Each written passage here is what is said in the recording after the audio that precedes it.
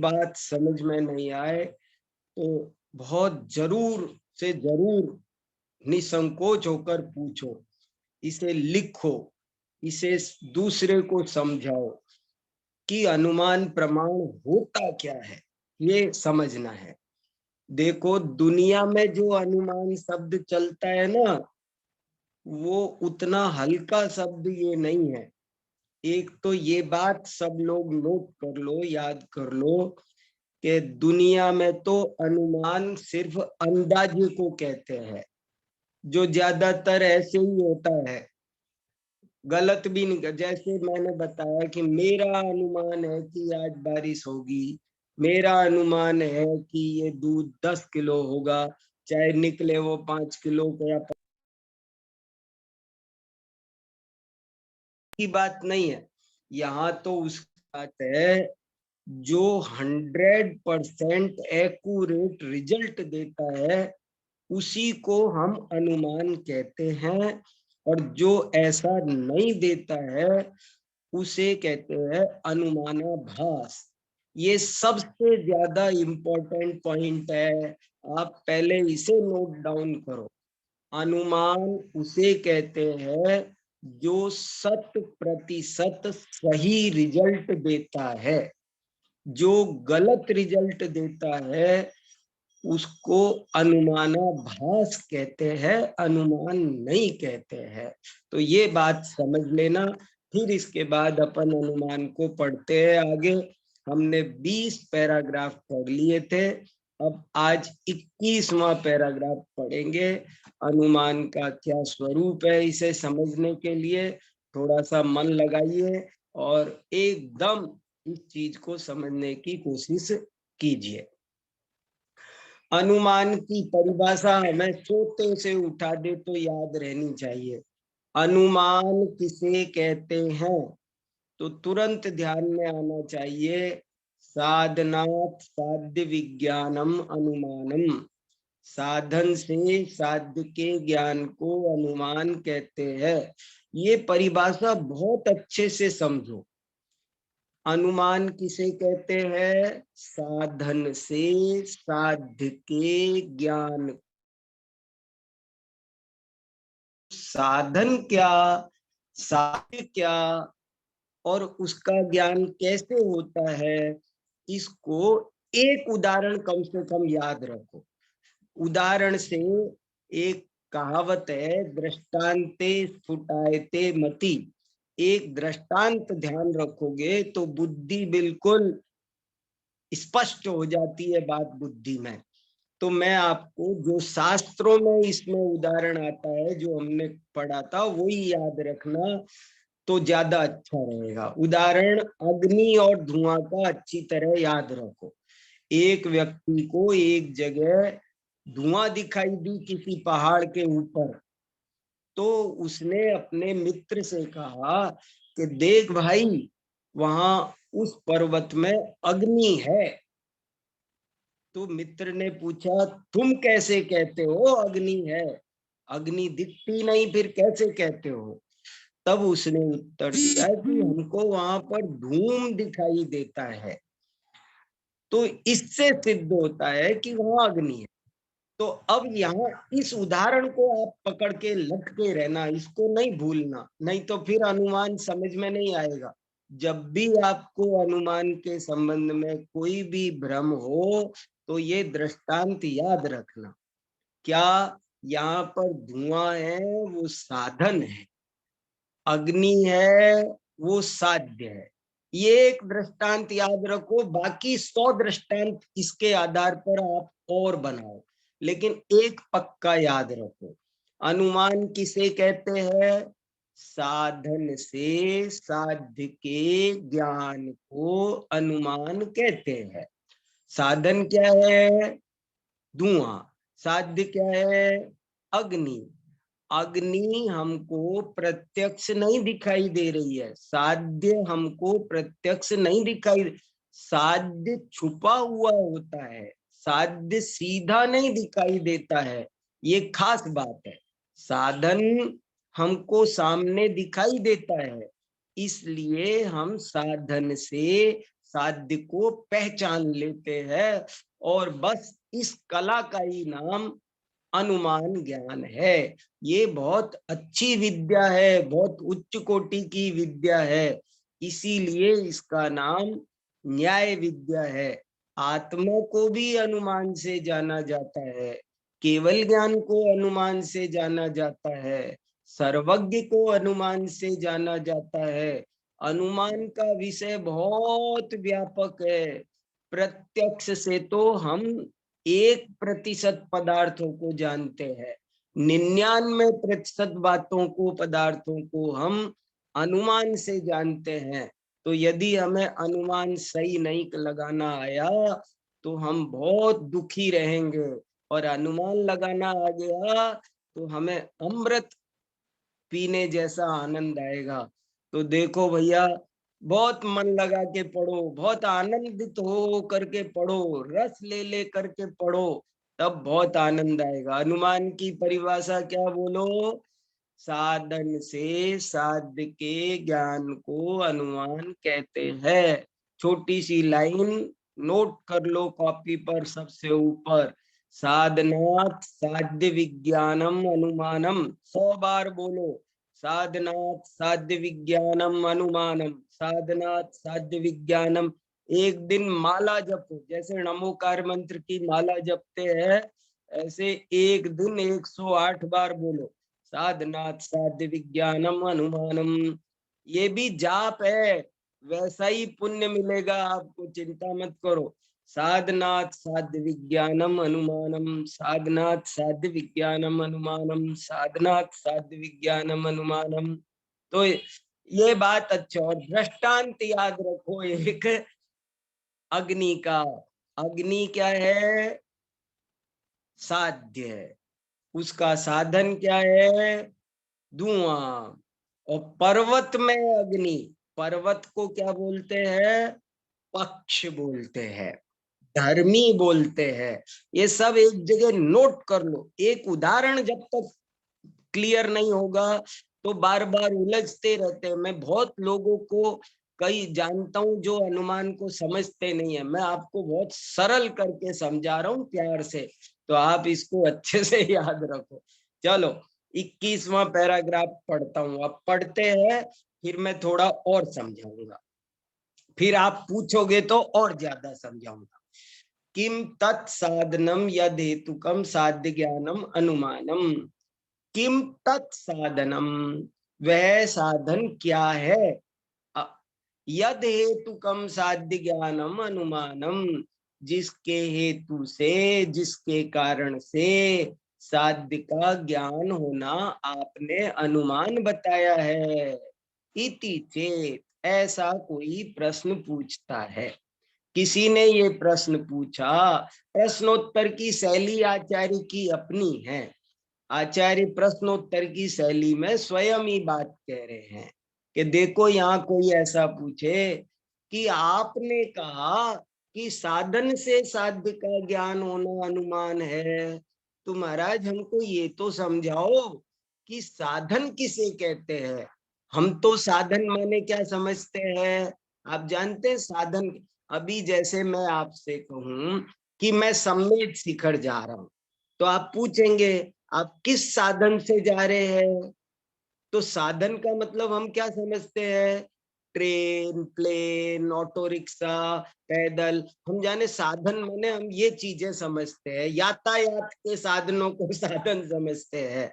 तो वो कह रहा है साधन माने क्या महाराज? किम तत्साधनम यदेतुकम साध्य ज्ञानम अनुमानम। साधन क्या है कि जिसके हेतु से साध्य के ज्ञान को आप अनुमान कह रहे हैं। तो बहुत बढ़िया उत्तर है, गजब है। उच्यते, देखो कितने लोग समझ पाएंगे। न्याय का विषय है, ये हीरे हैं, ये सबके बस का नहीं है, सबको नहीं मिलेंगे ये किसी किसी भाग्यशाली को मिलेंगे ये, है कि नहीं? उच्यते कहते हैं, क्या कहते हैं? साधन का लक्षण, साधन का स्वरूप कहते हैं। निश्चित साध्य अन्यथानुपपत्तिकम साधनम। साधन किसे कहते हैं?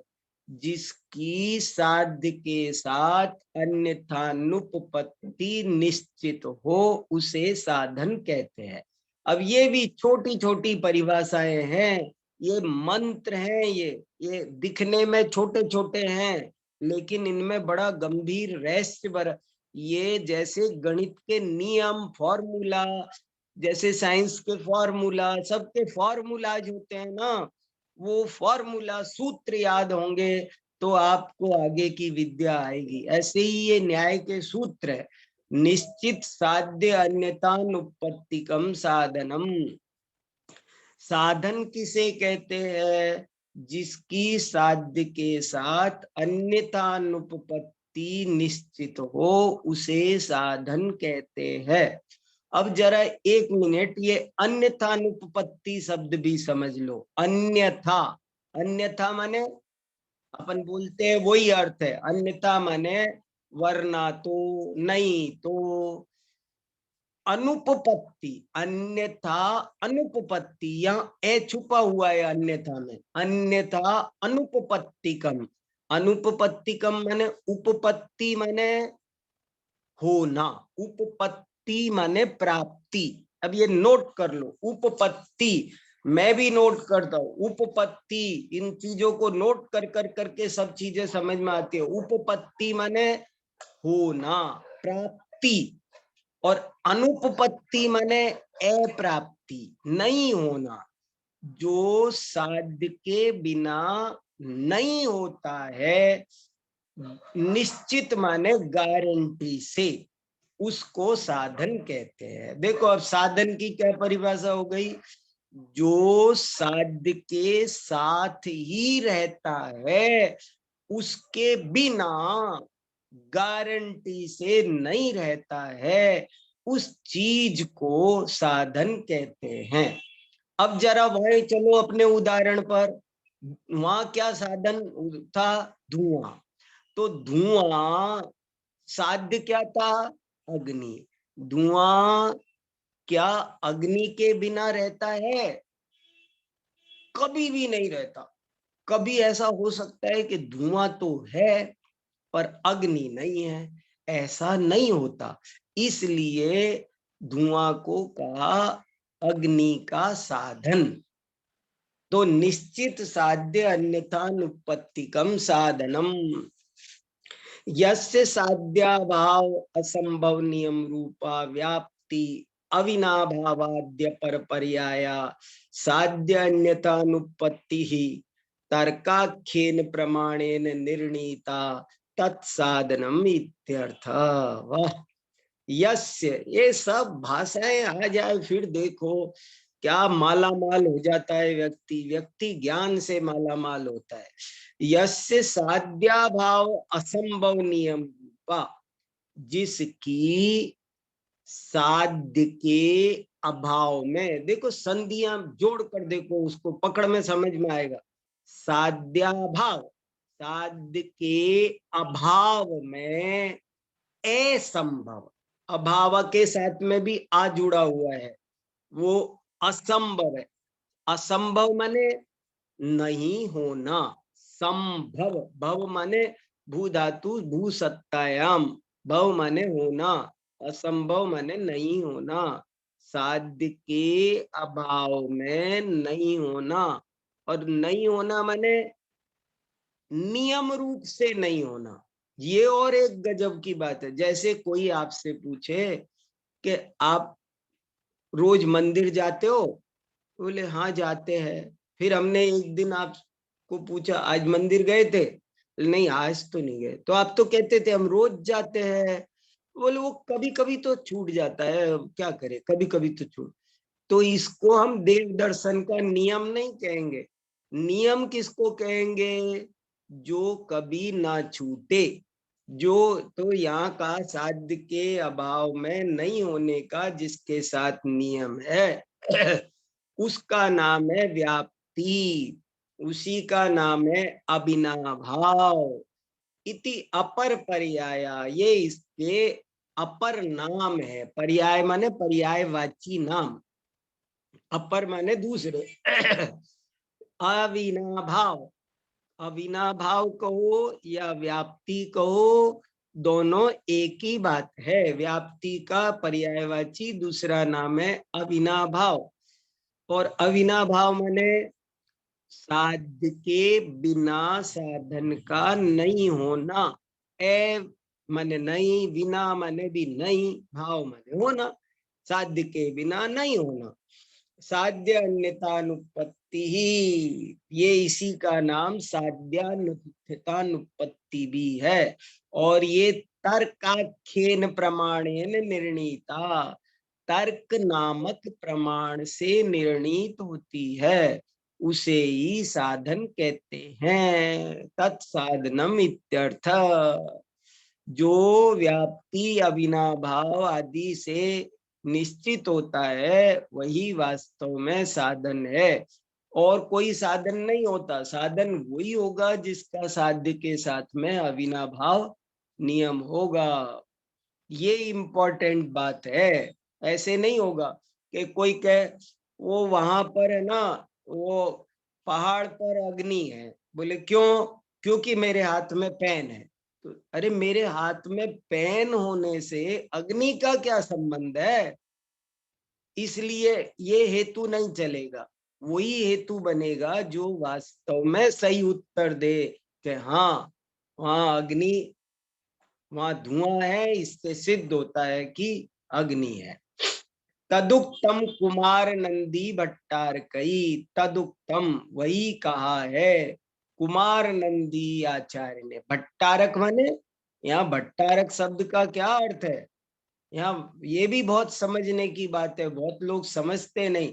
भट्टारक शब्द का प्राचीन काल में अर्थ होता था, दिगंबर जैन आचार्यों को भट्टारक कहते थे। जैसे कुंद कुंद को भी भट्टारक कहते हैं, अकलंक आचार्य को भी भट्टा कलंक भट्टारक आचार्य। तो यहाँ कुमार नंदी भट्टारक मने, आप ऐसे मत समझ लेना कि कोई पीले कपड़े वाले भट्टारक जी। यहाँ भट्टारक का मतलब है आचार्य।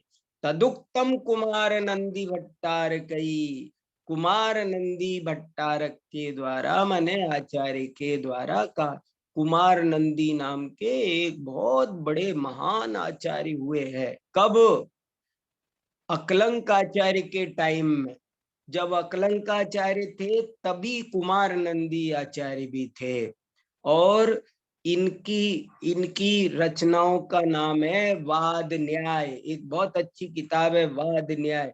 और वो उस किताब को, आज वो किताब हमारे से नष्ट हो गई, खो गई, और मगर विद्यानंदी आचार्य ने भी उसको कोट कर रखा है। और ये देखो इन्होंने भी कोट कर रखा है, अभिनव धर्म भूषण। इससे पता चलता है कि वो आज से 500 साल पहले तक मिलती थी, अब नहीं मिलती है। तो देखो कोई रिसर्च करने वाला हो तो उसको खोजना चाहिए कि कुमार नंदी भट्टारक की किताबें कहाँ हैं, उन पर लेख लिखना चाहिए। कोई लिख कर हमको दे तो हम अपनी पत्रिका में छपाएंगे कुमार नंदी भट्टारक कौन थे। तो कुमार नंदी भट्टारक ने क्या कहा है, देखो आगे, देखो आगे बढ़ाओ भैया। अन्यतानुपत्येक लक्षणम लिंगम अंग्यते, क्या कहा? ये ब्रैकेट में वाद न्याय लिखा है। वाद न्याय क्यों लिखा है? ये कुमार नंदी आचार्य के एक ग्रंथ का नाम है वाद न्याय, और ये उसका उद्धरण दे रखा है। अन्यतानुपत्ति एक लक्षणम लिंगम अंग्यते, कि अन्यतानुपत्ति ही जिसका एकमात्र लक्षण है उसको हम लिंग कहते हैं।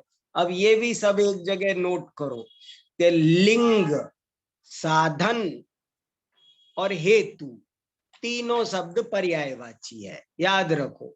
लिंग, साधन, हेतु तीन शब्द पर्यायवाची है।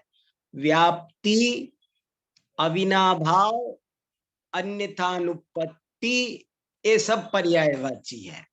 ऐसे याद रखें, पर्यायवाचियों को भी एक साथ लिख लेना चाहिए ताकि भ्रम नहीं होगा। एक लिस्ट बनानी चाहिए पर्यायवाचियों की, 50 पर्यायवाची एक साथ लिखना चाहिए, इसके ये पर्यायवाची है। तो वह ये सब पढ़ने की कला है, ऐसे ज्ञान होता है। अपन क्या करते हैं, कुछ नोट नहीं करते हैं तो सब चीजें स्लिप हो जाती है, निकल जाती है। चलो 22वां पैराग्राफ, साध्यस्य लक्षण कथनम। अब साध्य का लक्षण बताते हैं। किम तत्साध्यम यद अविनाभाव साधन लक्षणम। वो साध्य क्या है जिसका अविनाभाव साधन, जिसके अविनाभाव को साधन का लक्षण बनाया है। साध्य क्या है महाराज? अब साध्य बताओ। साधन बता दिया कि जिसका साध्य के साथ अविनाभाव हो। तो अब कह रहे वो कौन है, वो साध्य क्या है जिसके साथ अविनाभाव हो तो साधन बनता है। तो उच्यते सत्यम अभिप्रेतम अप्रसिद्धम साध्यम। देखो, न्याय पढ़ना हो, मेरी ये बात एक बार ध्यान से सुनो। न्याय पढ़ना हो तो अनुमान पढ़ना सबसे जरूरी है। और अनुमान पढ़ना हो तो 3 परिभाषा पढ़ना सबसे जरूरी है। नंबर 1 साधनात् साध्य विज्ञानम अनुमानम, ये अनुमान की परिभाषा। दूसरी परिभाषा साधन की, ये बिल्कुल जबान पर रहनी चाहिए, सोते से उठा दे कोई तो पता रहे। साधन किसे कहते हैं? साध्य अविनाभावित्व निश्चितो हेतु, जिसका साध्य के साथ अविनाभाव हो वो हेतु है, साधन है। और साध्य की परिभाषा तीसरी, साध्य किसे कहते हैं? शक्यम अभिप्रेतम प्रसिद्धम साध्यम, के जो शक्य हो, अभिप्रेत हो और अप्रसिद्ध हो उसे साध्य कहते हैं। साध्य में 3 गुण होने चाहिए। साध्य किसे कहते हैं? जिसमें 3 गुण हो उसे साध्य कहते हैं। शक्य, अभिप्रेत और अप्रसिद्ध। अब इन तीनों का मीनिंग ये खुद समझा रहे हैं, इसलिए मैं नहीं बताना चाहता, पर फिर भी चलो जरा सा बता देता हूँ। शक्य माने जो पॉसिबल हो, संभव, माने अशक्य नहीं होना चाहिए। जिस ऐसा नहीं होना चाहिए जिसको हम कर ही ना सके, जो किया जा सके, जिसे सिद्ध किया जा सके। दूसरा अभिप्रेत, अभिप्रेत का मतलब है सिद्ध करने वाले का मन भी होना चाहिए कि सिद्ध करना है उसे। अभिप्रेत माने वांटेड होना चाहिए, वो अनवांटेड नहीं होना चाहिए। वो कह दे मुझे नहीं सिद्ध करना ना यार, सोने दो, मुझे सोना है, मुझे आराम करना है, मुझे कुछ और काम करना है, मुझे खाना खाना है, तो आप जबरदस्ती नहीं कर सकते। वो उसको पसंद हो कि सिद्ध करे, वो उसकी इच्छा हो तो ही सिद्ध हो सकता है। देखो वक्ता को कितना बड़ा अधिकार दिया है, आप उससे जबरदस्ती नहीं बुलवा सकते। और नंबर 3 अप्रसिद्धम, ये श्रोता को अधिकार दिया है। देखो तीनों को अधिकार दिया। श्रोता न समझना चाहे तो आप नहीं समझा सकते, ये तीसरा विशेषण कहता है।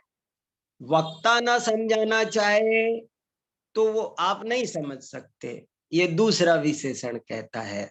और वो बात ही कुछ पॉसिबल ना हो, तुम कहो कि आप कुछ भी से, वहां धुआं दिख रहा है वहां सोना सिद्ध करो। अरे भैया, धुएं से सोने का कोई तुक नहीं है, धुएं के आधार पर सोना सिद्ध नहीं होता।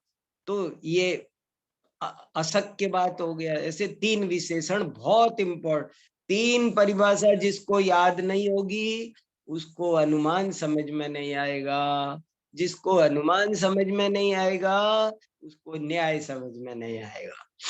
यत् प्रत्यक्षादि प्रमाणवादितत्वेन साधयितुं शक्यं वादी अभिमतत्वेन अभिप्रेतम संदेहाद्याक्रांतत्वेन प्रसिद्धम तदेव साध्यम। साध्य वही है, तदेव, तदेव साध्यम, तदेव माने वही, तत्एव वही साध्य है। वही साध्य है मतलब यत। अब पहले से उठाओ, यत, यत माने जो, जो प्रत्यक्षादि प्रमाण से अबाधित हो। अब देखो जरा जरा सी भूल हो जाए ना एक आ की मात्रा की तो उल्टा अर्थ हो जाए। जो प्रत्यक्ष आदि प्रमाणों के द्वारा अबाधित होने से जिसको साधना संभव है, साधयितुम शक्यम, जिसे साधना शक्य है।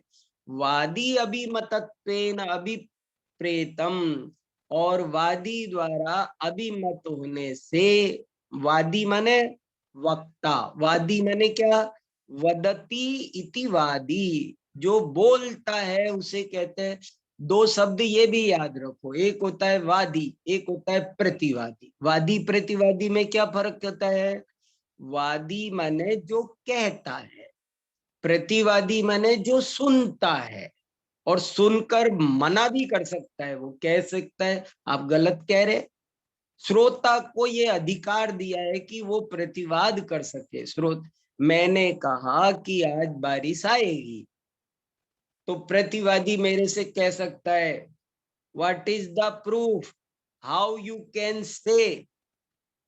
ये हमको ये इसका नाम है श्रोता, इसको कहते हैं प्रतिवादी। क्या शब्दों में कितनी जान है, देखो तो सही। वादी द्वारा माना हुआ हो उसे अभिप्रेत कहते हैं। वादी माने वक्ता। संदेह आदि आक्रांतत्वेन अप्रसिद्धम, और श्रोता की अपेक्षा श्रोता को कोई संदेह हो, डाउट हो, समझना हो, जिज्ञासा हो, और उसके लिए वो चीज अप्रसिद्ध होनी चाहिए, सिद्ध नहीं होनी चाहिए। अब जैसे कई बार ऐसा होता है, मैं कहूं कि देखो ये पेन है, आज मैं आपको ये समझाऊंगा कि ये पेन है, आज मैं आपको 1 घंटा ये, तो आप कहोगे आप क्यों हमारा टाइम खराब कर रहे हो, हमको मालूम है ये पेन है, हम जानते हैं ये पेन है। नहीं नहीं, मैं समझाऊंगा आपको, 1 घंटे समझ। अरे हमको पता है, हमको नहीं सुनना, आप कुछ और बात बताओ जो हमको नहीं पता हो। तो ये इसका नाम है साध्य में ये 3 गुण है। अशक्य से साध्यत्वे, यदि अशक्य को साध्य मानेंगे तो वन्नी अनुष्णत्वादेरपि साध्यत्व प्रसंगात। वन्नी माने अग्नि, अब ये भी पर्यायवाची हैं, सब लिख लो एक साथ, वन्नी अग्नि। अग्नि अनुष्ण, अनुष्ण माने, अब देखो ये किसी को पकड़ में ही नहीं आएगा।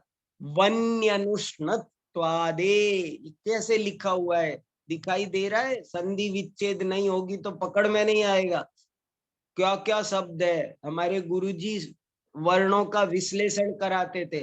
देखो पहले लिखा है वे, बाद में लिखा है, बाद में लिखा है न, बाद में लिखा है ये, बाद में लिखा है ए, ऐसे तब जाकर के वन्य, वन्य अनुष्णादे अनुष्णत्वादेरपि साध्यत्व प्रसंगात। यदि अशक्य को साध्य बनाएंगे तो अग्नि अनुष्ण होगी, ये भी बात साध्य हो जाए। कोई कहे आप सिद्ध करो आग ठंडी होती है, अनुष्ण माने वादी, वादी की व्युत्पत्ति हुई ना, वदती इति वादी, समझ में आया? वादी संस्कृत में वद धातु है, से वदती, वदती माने बोलता है, कथयति, उसी से बना वादी। वदती से वादी, जो बोलता है उसे कहते हैं वादी। तो अशक्य से साध्यत्वे वन्नी अनुष्णत्वादेरपि साध्यत्व प्रसंगात, अनभिप्रेतस्य साध्यत्वे तु अति प्रसंगात। और अनभिप्रेत माने अनवांटेड, अनिच्छित, अनिच्छित को साध्य बनाएंगे तो अति प्रसंग दोष आएगा। ए और प्रसिद्ध से साध्यत्वे, और प्रसिद्ध को साध्य बनाएंगे तो सारा अनुमान ही व्यर्थ हो जाएगा। अनुमान वही अर्थात, वही अर्थात माने अनुमान व्यर्थ हो जाएगा। फिर अनुमान की क्या जोर है? प्रसिद्ध माने जो चीज हम जानते हैं, हमें हाथ कंगन को आरसी क्या, प्रसिद्ध से साध्यत्वे पुनर्नुमान व्यय अर्थात को हम हिंदी का एक मुहावरे से अर्थ कर सकते हैं। हाथ कंगन को आरसी क्या, हाथ कंगन को आरसी क्या का मीनिंग बहुत लोग नहीं समझा पाते। इसका मीनिंग ये है, प्रत्यक्ष को अनुमान की क्या जरूरत है। हाथ कंगन को आरसी क्या, आप पूछना किसी को और नहीं आए तो उसको बताना। कोई कहता है प्रत्यक्ष को प्रमाण की, प्रमाण तो है, अनुमान की, प्रत्यक्ष को अनुमान की क्या जरूरत है। तदुक्तम न्याय विनिश्चय, ये बात न्याय विनिश्चय में कही है। न्याय विनिश्चय किसने लिखा, अकलंकाचार्य ने। देखो कैसे कैसे बड़े बड़े ग्रंथ है, अरे इनके नाम सुनोगे तो कान पवित्र होंगे। मेरी जिह्वा पवित्र हो रही है इनका नाम बोलने से। साध्यम सक्यम अभिप्रेतम अप्रसिद्धम ततो परम साध्याभासम विरुद्धादि साधना विषयत्वतः। कितना बढ़िया कहा कि साध्य वही है जो शक्य हो, अभिप्रेत हो और अप्रसिद्ध हो।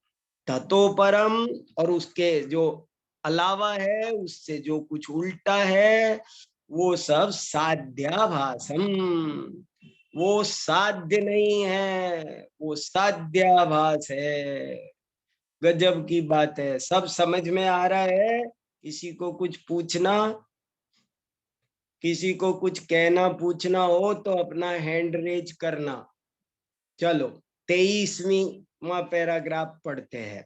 अयम अर्थ यत् सक्यम अभिप्रेतम अप्रसिद्धम तत्साध्यम। ये अयम अर्थ है, माने ये जो ऊपर हमने कारिका आपको न्याय विनिश्चय की बताई, उसका अर्थ ये हुआ कि जो शक्य है, अभिप्रेत है और अप्रसिद्ध है, उसे साध्य कहते हैं। ततो परम साध्याभासम, और जो उससे अलावा है उसे साध्याभास कहते हैं। किम तत्, क्या है भैया वो साध्या, तत् माने साध्याभास। साध्याभास क्या है कि साध्याभास है विरुद्धादि, जो विरुद्ध आदि होते हैं उनको साध्याभास कहते हैं। अब विरुद्ध आदि क्या है तो वो भी बता रहे हैं। विरुद्धम, विरुद्ध माने प्रत्यक्षादि बाधितम, जो प्रत्यक्ष आदि से बाधित हो उसको विरुद्ध कहते हैं। जो चीज साफ साफ प्रत्यक्ष से ही बाधित है, कितनी बातें प्रत्यक्ष बाधित होती है, तो उसका क्या किया जाए। जैसे कोई कहे, जैसे मैं बोलूं कि आज मेरा मौन व्रत, तो आप क्या कहेंगे, अरे ये बात प्रत्यक्ष बाधित है। आप बोल रहे हो कि भाई मेरा मौन है, तो कहाँ मौन है, मौन होता तो बोलते कैसे। तो जो बात प्रत्यक्ष से बाधित हो उसको विरुद्ध कहते हैं। और आदि शब्दात, आदि शब्द से अनभिप्रेतम प्रसिद्धम चेती, आदि शब्द से अनभिप्रेत और प्रसिद्ध को ले लेना चाहिए। कुतः एतत्, कैसे ले लिया, साधना विषयत्वतः, क्योंकि ये साधन के विषय नहीं बनते हैं। कौन कौन नहीं, साधन अविषय, कौन कौन विषय नहीं बनते हैं, विरुद्ध, अनभिप्रेत और प्रसिद्ध। तीन तरह का साध्य में, तीन क्वालिटी। मैं फिर जोड़ दे के कह रहा हूं आपको, न्याय शास्त्र पढ़ना हो तो अनुमान समझना अनिवार्य है। और अनुमान समझना हो तो तीन परिभाषाएं जबान पर रटी हुई होनी चाहिए, याद करनी नहीं चाहिए, अटक अटक अकलाना नहीं चाहिए, जे 1 मिनट में निकलनी चाहिए, पक्की होनी चाहिए, बहुत मजबूत। और ये दृष्टांत ध्यान रहना चाहिए, यत्र यत्र धूमः तत्र तत्र वह्नि, वह्नि माने अग्नि। ये याद, धुआं साधन है, अग्नि साध्य है। ये बात, ये 3 चीजें सब याद रहेगी तब जा करके समझ में आएगा। चलो आगे, साधना विषयत्वतः साधनेन गोचरी। अति प्रसंग मीन क्या होता है? अति प्रसंग का मतलब ये होता है कि जो बात प्रसंग से बाहर चली जाए, आउट ऑफ द टॉपिक हो जाए, उसको अति प्रसंग। हमारी बात चल रही है अनुमान की और आप बात ले आए किसी और चीज की। हम सिद्ध कर रहे थे अग्नि और आप सिद्ध करवा रहे हो बारिश की बात, तो इसको अति हमने अग्नि को सिद्ध करने के लिए हेतु दिया था और सिद्ध कर रहा था वो हेतु बारिश को। मैंने कहा देखो, अति प्रसंग दोष को मैं उदाहरण से समझाता हूं। जैसे मैंने कहा कि उस पर्वत पर अग्नि है क्योंकि आसमान में बादल है, तो अब ये इसमें अति प्रसंग दोष आया। मैंने आसमान में बादल कहे, ये अग्नि को सिद्ध नहीं करते हैं, उससे उसका कोई लेना देना नहीं है, वो प्रसंग के ही बाहर चले गए। और किसको सिद्ध कर रहे हैं? वो तो बरसात सिद्ध कर रहे हैं, इसलिए इसका नाम अति प्रसंग है। साधना विषयत्वतः साधनेन गोचरी कर्तुम अशक्यत्वादिति अकलंक देवानाम अभिप्राय लेसः। देखो ये गोचरी कर्तुम समझ में आया? प्रत्यक्ष कर्तुम। गोचर, गोचर माने देखना, ऐसे कहते हैं ना वचन अगोचर। गोचर, गोचर माने जो चीज हमें दिखाई देती है, तो कहते हैं गोचरी कर्तुम अशक्यत्वात्, जिसको देखना अशक्य है। इति अकलंक देवानाम अभिप्राय लेस। वाह रे वाह, क्या भाषा है! अशक्य इति अकलंक देवानाम, देव आदरार्थे बहुवचनम। अकलंक देवा नाम लिखा, अकलंक देवस्य नहीं लिखा। अकलंक देवा महाराज का, अकलंकाचार्य महाराज का ये अभिप्राय लेस है, अभिप्राय नहीं, अभिप्राय लेस है। अभिप्राय लेस माने ये थोड़ा सा अभिप्राय है, ज्यादा तुम वही जाने में कितनी विनम्र। मुझे धर्मभूषण आचार्य का व्यक्तित्व तो दिखाई देता है न्यायदीप का पढ़ते समय, और वो सबसे बड़ी क्वालिटी है उनकी विनम्रता, बहुत ही ज्यादा विनम्रता है। धर्मभूषण आचार्य बहुत बड़े ही पुराने आचार्यों के प्रति विनम्रता जिनके रोम रोम में कूट कर भरी है, उनका नाम है धर्मभूषण आचार्य। देखो ये अभिप्राय लेस है।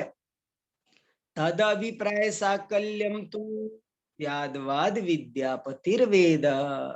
उसका अभिप्राय साकल्य, साकल्य माने पूरा, सकल, सकल, सकल शब्द पूरा अभिप्राय, तू मन तो स्यादवाद विद्यापति जानते हैं। वेद माने जानते हैं।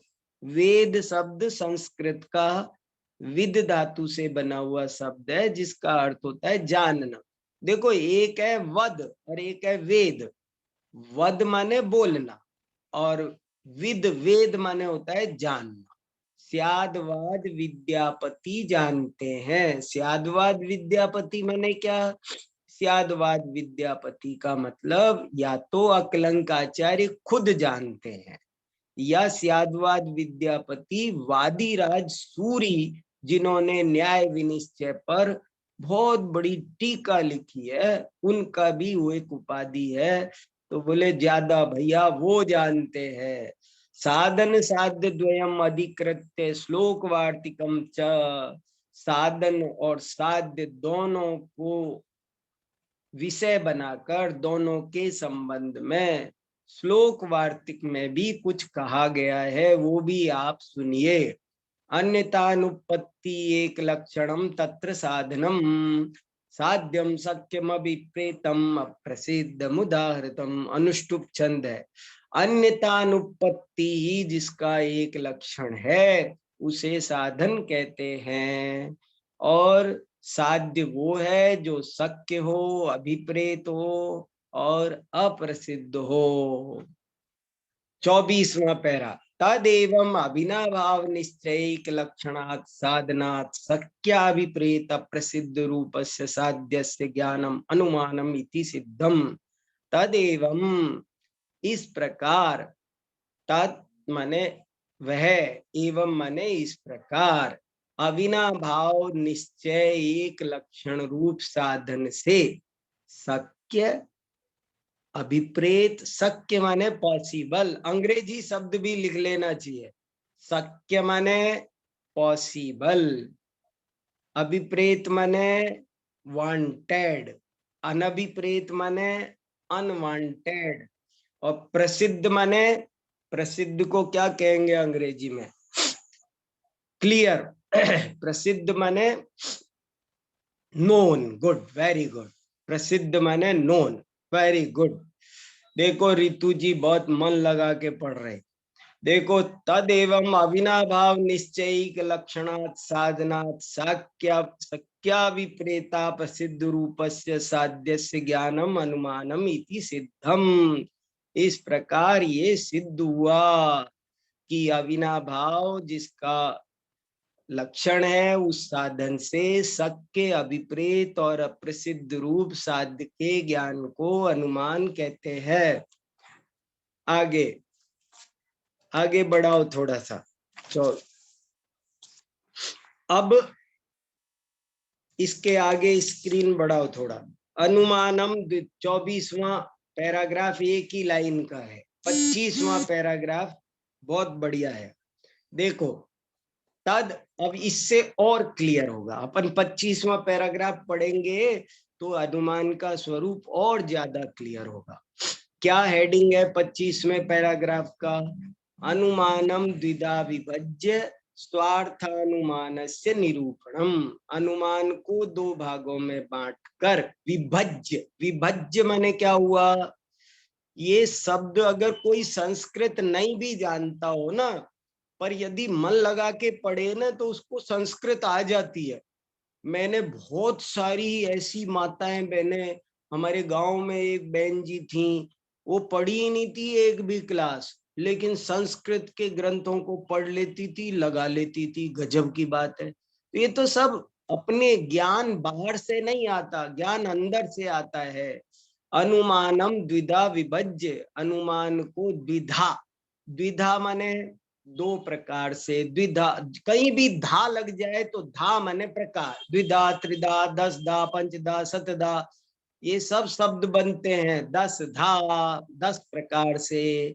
अनुमानम द्विधा, द्विधा माने दो प्रकार से, विभज्य विभाजित करके, स्वार्थानुमानस्य निरूपणम, अनुमान को दो प्रकार से विभाजित करके, दो प्रकार से विभाजित करके मीन्स स्वार्थानुमान और परार्थानुमान, ऐसे दो भेद बताकर स्वार्थानुमान से निरूपण, हम फिर स्वार्थानुमान का निरूपण करते हैं। देखो, तद अनुमानम द्विविधम, वह अनुमान दो प्रकार का है। स्वार्थम परार्थम च, स्वार्थ अनुमान और परार्थ अनुमान, संधि कर दो तो स्वार्थानुमान और परार्थानुमान। तत्र स्वयमेव निश्चितात् साधनात् साध्य ज्ञानम अनुमानम, वहां स्वयमेव निश्चित किए गए साधन से साध्य का जो ज्ञान होता है उसे स्वार्थानुमान कहते हैं। परोपदेशम अनपेक्ष स्वयमेव निश्चितात् प्राक तर्कानुभूति व्याप्ति स्मरण सकृतात् धूमादेः साधनात् उत्पन्नम पर्वतादौ धर्मिणी अग्नि आदेः साध्यस्य ज्ञानम स्वार्थानुमानम इत्यर्थः। परोपदेशम अनपेक्ष, अनपेक्ष माने, अपेक्ष माने उसकी अपेक्षा करके, उसके माध्यम से, और अनपेक्ष माने बिना उसके माध्यम से, परोपदेश के बिना ही, स्वयमेव अपने आप जब हम निश्चित करते हैं। कैसे निश्चित करते हैं? पुराने तर्क और अनुभूत व्याप्ति के स्मरण से। अनुभूत माने, अनुभव माने क्या? याद रखना, न्याय शास्त्र में जब भी अनुभव शब्द आए तो उसका मतलब होता है प्रत्यक्ष ज्ञान। प्रत्यक्ष ज्ञान को अनुभव कहते हैं। तो पहले का जो तर्क से और प्रत्यक्ष से जोड़कर जो हमने व्याप्ति लगाई थी, उसका अब स्मरण हो गया। उससे धूमादि साधन का से जो हमको पर्वत रूप धर्मी में अग्नि आदि का साध्य का जो ज्ञान होता है उसे स्वार्थानुमान कहते हैं।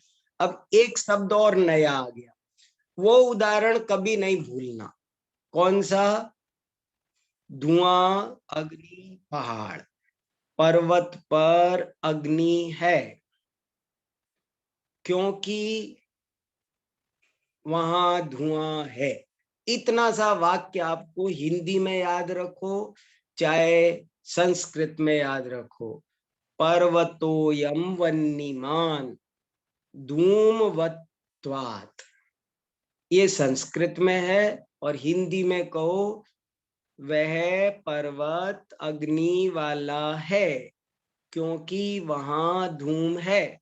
इतना सा वाक्य आपको जरूर याद रखना पड़ेगा, क्योंकि ये उदाहरण अनुमान को समझने में अद्भुत सहायता करेगा। कैसे? अब इसमें एक नया शब्द और आ गया। यहाँ अग्नि क्या है? साध्य। धुआं क्या है? साधन। और वो क्या, पर्वत क्या है फिर? पर्वत को कहते हैं धर्मी। धर्मी, अग्नि का दूसरा नाम साध्य धर्म भी है। धर्म है वो, साध्य भूत धर्म। तो अग्नि है धर्म या साध्य, और पर्वत है धर्मी, और धुआं है साधन। इतना याद रहेगा तो बहुत आनंद आएगा। और इसको जब आप आत्मा पर घटित करोगे, स्वर्ग नरक तत्व ज्ञान पर घटित करोगे, जब इसे आध्यात्मिक विषय में घटित करोगे तो इतना आनंद आएगा, बहुत बढ़िया। ये तो अभी सिर्फ ऐसे ही समझाया जा रहा है आग और धुआं पर। यथा पर्वतोयम अग्निमान धूमवत्वादिति, ये देखो संस्कृत में लिखा हुआ है। यथा, जैसे कि, पर्वतोयम, अयम माने यह, पर्वतोयम अग्निमान, यह पर्वत अग्नि वाला है। धूमवत्वादिति, क्योंकि यह धूम वाला है। अयम ही स्वार्थानुमानस्य ज्ञान रूपस्यापि शब्देन उल्लेख, ये वास्तव में स्वार्थानुमान है जो ज्ञान रूप होता है, लेकिन हमने आपको समझाने के लिए शब्द से बोला है। स्वार्थानुमान में वास्तव में वाणी नहीं होती है। ये एक गजब की बात। देखो क्या कहा, बहुत गजब की बात आई। अनुमान दो तरह का, एक स्वार्थानुमान, एक परार्थानुमान। स्वार्थानुमान में कोई शब्द नहीं होता है, कोई भाषा नहीं होती, कोई बातचीत नहीं होती, ना कोई समझाता है ना कोई समझता है, ना कोई वादी होता है ना कोई प्रतिवादी होता है, खुद ही समझ लेता है व्यक्ति, तो उसका नाम होता है स्वार्थान। जैसे आपने मुझको समझाया कि देखो वहां अग्नि है क्योंकि धुआं है, तो आपके समझाने से मैं समझा, तो इसका नाम तो परार्थानुमान हो गया। लेकिन आप, मुझे किसी ने भी नहीं समझाया, मैंने खुद वहां धुआं देखा, और धुआं देख के मैंने खुद ही अपने जीवन के पुराने अनुभवों के आधार पर ये निर्णय कर लिया कि वहां धुआं है तो वहां गारंटी से आग भी है। ये जो मैंने अपने आप निर्णय कर लिया बिना कहीं किसी से पूछे बताए, तो इसका नाम होता है स्वार्थानुमान। अयम ही स्वार्थानुमानस्य ज्ञान रूपस्यापि शब्देन उल्लेख, यथा अयम घट इति शब्देन प्रत्यक्षस्य। ये क्या कह रहे हैं? जैसे सामने घड़ा रखा हो तो वो हमारे प्रत्यक्ष होता है, लेकिन फिर भी हम शब्द से आपको बताना हो तो ऐसे ही बताएंगे ना, ये घड़ा है, ये हम शब्द से कहते हैं। हाँ सुनीता जी बताइए क्या? सुनीता जी को अनम्यूट करो भैया।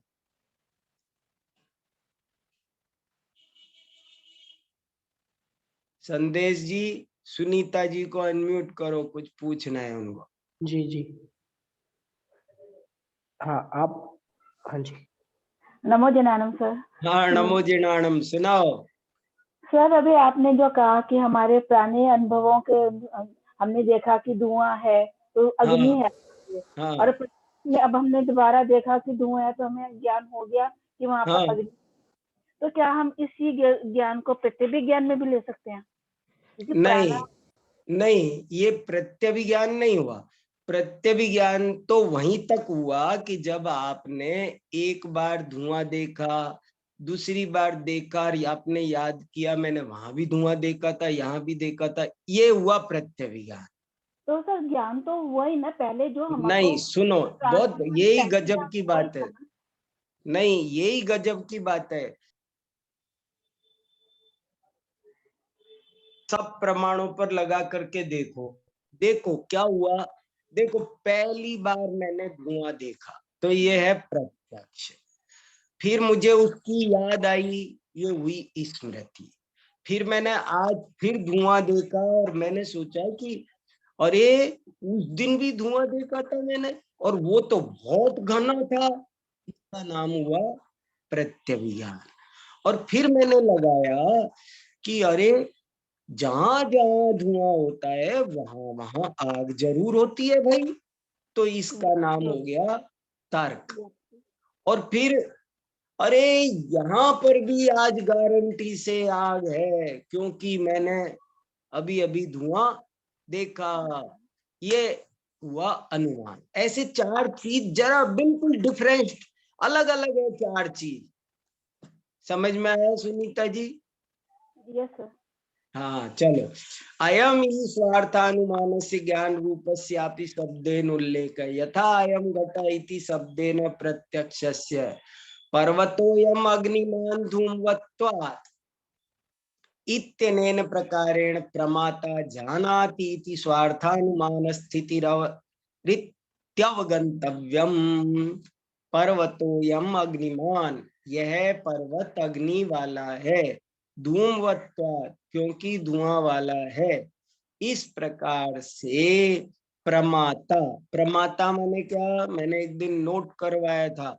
प्रमाता माने ज्ञाता, प्रमेय माने ज्ञेय, प्रमाण माने ज्ञान, तो प्रमिति माने ज्ञप्ति, तो प्रमाता माने ज्ञाता। इस प्रकार से ज्ञाता आत्मा व्यक्ति जानाति जानता है, तब उसको स्वार्थानुमान स्थिति, उसको स्वार्थानुमान की स्थिति है इति अवगंतव्यम, ऐसा समझ लेना चाहिए।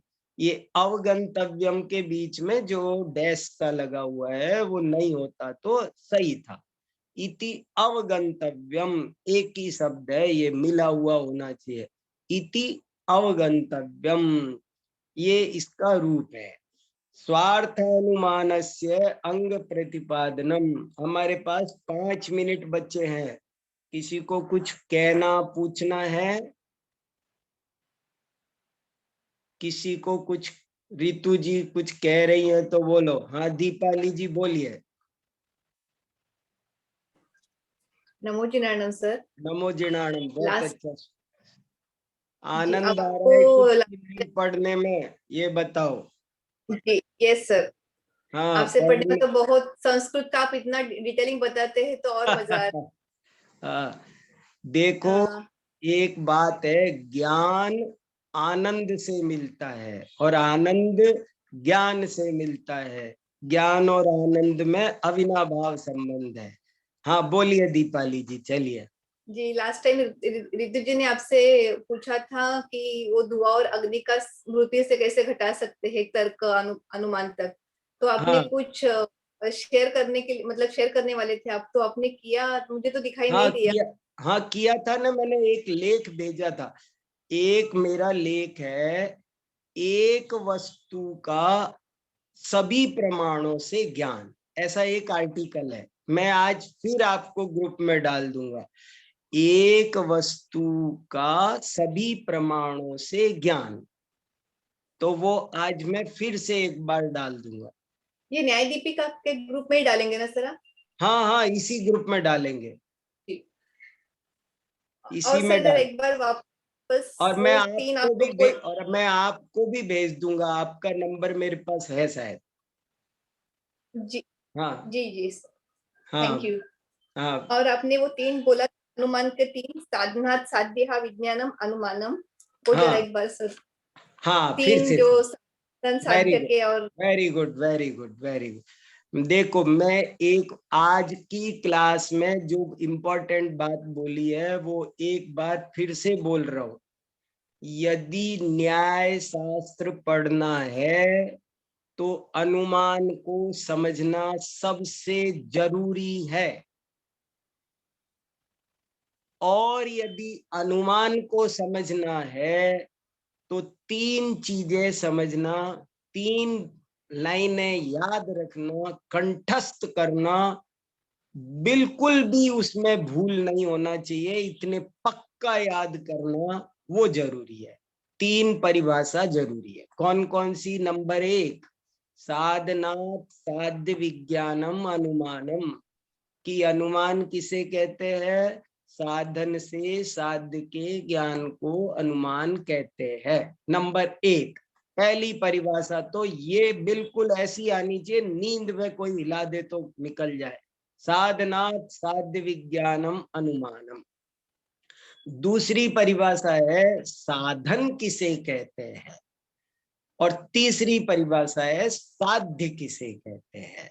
साधन की परिभाषा है कि साधनात्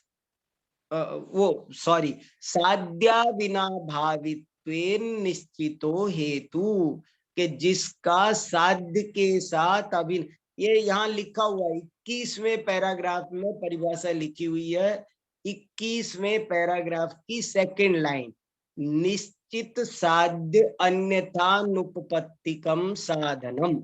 सेकंड परिभाषा ये, निश्चित साध्य अन्यथानुपपत्तिकम साधनम। This is very very very important. और तीसरी लाइन ये है जो 22वें पैराग्राफ की सेकंड लाइन में लिखी हुई है, सत्यम अभिप्रेतम प्रसिद्धम साध्यम। ये तीन चीजें, तीन लाइनें याद रखना जरूरी है। और चौथा, वो उदाहरण याद रखना जरूरी है। हिंदी में भी है, आगे जाकर इसमें लास्ट में इस किताब में हिंदी में अंत में हिंदी दे रखी है, तो वो हिंदी में भी ये पेज नंबर बताया वहां पर है। तो ऐसे जी सर। करके, हाँ, क्या प्रज्ञा ने क्या मैसेज किया मैं समझा नहीं, फिर से बताओ, कुछ कहा क्या? हेलो। हाँ बोलिए। अच्छा, बिना साधन के साध्य का ज्ञान नहीं हो सकता क्या? नहीं हो सकता, कैसे होगा? अच्छा सुनो, हो सकता है लेकिन उसको फिर साध्य नहीं कहेंगे, उसको हम फिर प्रत्यक्ष वर्ग कहेंगे। अनुमान हम तभी बनेगा जब साधन से ज्ञान हो। अभी मैंने एक उक्ति बताई थी ना, लोकोक्ति, हाथ कंगन को आरसी क्या, उसका मतलब ये है कि यदि वो प्रसिद्ध होगा, मुझे साक्षात ही अग्नि दिखाई दे रही है, तो फिर नई बात बनेगी, फिर वो अनुमान नहीं बनेगा, मतलब फिर प्रत्यक्ष बन सकता है। स्मृति से भी अग्नि का ज्ञान होगा, प्रत्यक्ष से भी होगा, प्रत्यभिज्ञान से भी होगा, लेकिन अनुमान नहीं कहलाएगा। अनुमान तभी कहलाएगा जब साधन से होगा, साधन से होना कंपलसरी है। ठीक है। हाँ हाँ, श्रुति बोलो, श्रुति को भी अनम्यूट करो। ये जो डेफिनेशन है निश्चित साध्यान्यथानुपत्तिकम साधनम, तो इसमें अन्यथानुपत्ति में ही निश्चित पने वाला अर्थ आ रहा है, तो ये हाँ ऐसा अर्थ भी हो सकता है क्या कि निश्चित साध्य के साथ अन्यथानुपत्ति? नहीं, ऐसा तो नहीं लगता। वो अन्यथा अनुपत्ति का अर्थ है उसके बिना नहीं होना, लेकिन निश्चित इसलिए लगाया कि वो गारंटी से नहीं होना, नियम से नहीं होना। वो ये जोड़ देना चाह रहे हैं, मैंने आपको कहा ना कि हमारा हमारा जो रिजल्ट आ रहा है ना वो 100% एक्यूरेट होना चाहिए। हमारे रिजल्ट में कुछ गड़बड़ आएगी। हम तराजू किसको कहेंगे कि जो कभी 1.25 किलो को 1 किलो बता दे, कभी आधा किलो को 1.25 किलो को 1 किलो बता, कभी कभी गलत बता दे, तो हम उसको तराजू नहीं बोलेंगे। तराजू उसको बोलेंगे जो हमेशा 1 किलो को 1 किलो बताए। ये हमेशा बताने, न्याय शास्त्र की जान तो हमेशा में है। अविसंवादी ज्ञानम प्रमाणम होना चाहिए ना, नहीं तो उसमें व्यभिचार आएगा, नहीं तो उसमें अति प्रसंग आएगा। ये बात पक्की करने के लिए निश्चित शब्द लगाया है। समय हो गया, विक्रांत जी की क्लास होगी। जी हाँ, अभी हमने न्याय दीपिका ग्रंथ के अंतर्गत विक्रांत जी भी कुछ कहना चाह रहे हैं, सुनो ना, जी। बहुत अच्छी बात कुछ बताएंगे। जी जय जिनेंद्र भाई साहब। जय जिनेंद्र, सुनाइए। वाह, मैं तो आपको हम असल लेट में कर देते हैं 2-4 मिनट नहीं हमेशा। नहीं नहीं नहीं, उसमें क्या है वो भी चर्चा है, ये भी चर्चा है, उसमें कोई हाँ बड़ी बात ठीक है, सुनाओ आप। हाँ मैं तो सिर्फ एक श्रोताओं के हिसाब से एक जो मेरा खुद का अनुभव था इस विषय हाँ में वो हाँ, थोड़ा सा शेयर करना चाहूंगा। अरे बताइए बताइए बताइए। जो साधनात् साध्य विज्ञानम ऐसा जब हाँ प्रयोग करते हैं हाँ तो मैं खुद पहले बहुत कंफ्यूज हो जाता था जब पढ़ते थे तब, कि हाँ साधन और साध्य ये दो चीजें हैं, हाँ ऐसे ही कारण और कार्य ये दो चीजें हैं। हाँ, आप साधन और कारण को एक मत समझ लेना। वाह, ये यहाँ पे ऐसा समझना कि जब हम साधन से साध्य का ज्ञान कर रहे हैं तो हाँ, वहां पे साध्य माने कार्य नहीं है। वेरी गुड, ध्यान रखिएगा, जैसे वेरी गुड। अपन उदाहरण पे लेते हैं हाँ अग्नि और धुआं, तो हाँ इसमें अग्नि क्या है, साध्य है या साधन है? हाँ अग्नि है हमारी साध्य, वास्तव में अग्नि साध्य नहीं, वो उस जगह पर अग्नि साध्य है, हाँ फला फला जगह पर अग्नि साध्य है, ऐसा समझना हाँ चाहिए। तो हाँ अग्नि साध्य है लेकिन हाँ, अग्नि कार्य नहीं है, ये, अग्नि कारण है और हाँ धुआं उसका कार्य है। तो कारण हाँ कार्य बिल्कुल अलग चीज है और हाँ, साधन साध्य बिल्कुल अलग चीज है। अगर दोनों बहुत को मिक्स बढ़िया। करेंगे तो बहुत कंफ्यूज हो जाएंगे। हम लोग हुआ हुआ करते थे, इसलिए मुझे विकल्प आया। और लोग जो, वैसे तो भाई साहब ने पूरा स्पष्ट किया ही होगा, फिर भी नहीं, अगली बार और खुलासा करूंगा मैं, इस अगली क्लास में इस चीज को मैं और थोड़ा सा कर दूंगा अच्छे से। वेरी क्योंकि गुड, बहुत कारण और बढ़िया कार्य पॉइंट दोनों बताया आपने। अलग चीज है और साधन साध्य बिल्कुल अलग चीज है। हाँ बहुत इसको बढ़िया। ऐसा कर सकते हैं कि जो कारण है वो तो हाँ है यहाँ पर साध्य, और जो हाँ कार्य है धुआं वो है हमारा साधन। असल में साधन ज्ञान का कारण है, बहुत माने अच्छा, बहुत अच्छा। वो अनुमान ज्ञान का जो कारण है वो साधन नाम पा रहा है, वो कार्य हाँ, नहीं है। बहुत ही बढ़िया बताया, जी बहुत अच्छा। इस प्रकार अभी हमने बहुत ही सुंदर अनुमान प्रमाण की चर्चा हमारी यहाँ पर चल रही है। अनुमान तो वास्तव में अत्यंत महत्वपूर्ण चीज है। पूरा सर्वज्ञ शासन ही अनुमान प्रमाण पर टिका हुआ है। उसको नहीं जानेंगे तो हम कुछ भी नहीं जान पाएंगे। तो ऐसी अत्यंत महत्वपूर्ण चीज को आज हमने समझा, जाना, और भी विस्तार आगे होगा। अभी समय बहुत अधिक हो गया है। आदरणीय भाई साहब से क्षमा चाहूंगा, विक्रांत जी भाई साहब से। क्षमा अभी वाली कोई आगामी बात नहीं है भाई अभी आगामी कार्यक्रम में आपकी कक्षा रहेगी। मैं आपसे निवेदन करता हूँ कि कक्षा को प्रारंभ करें। चलिए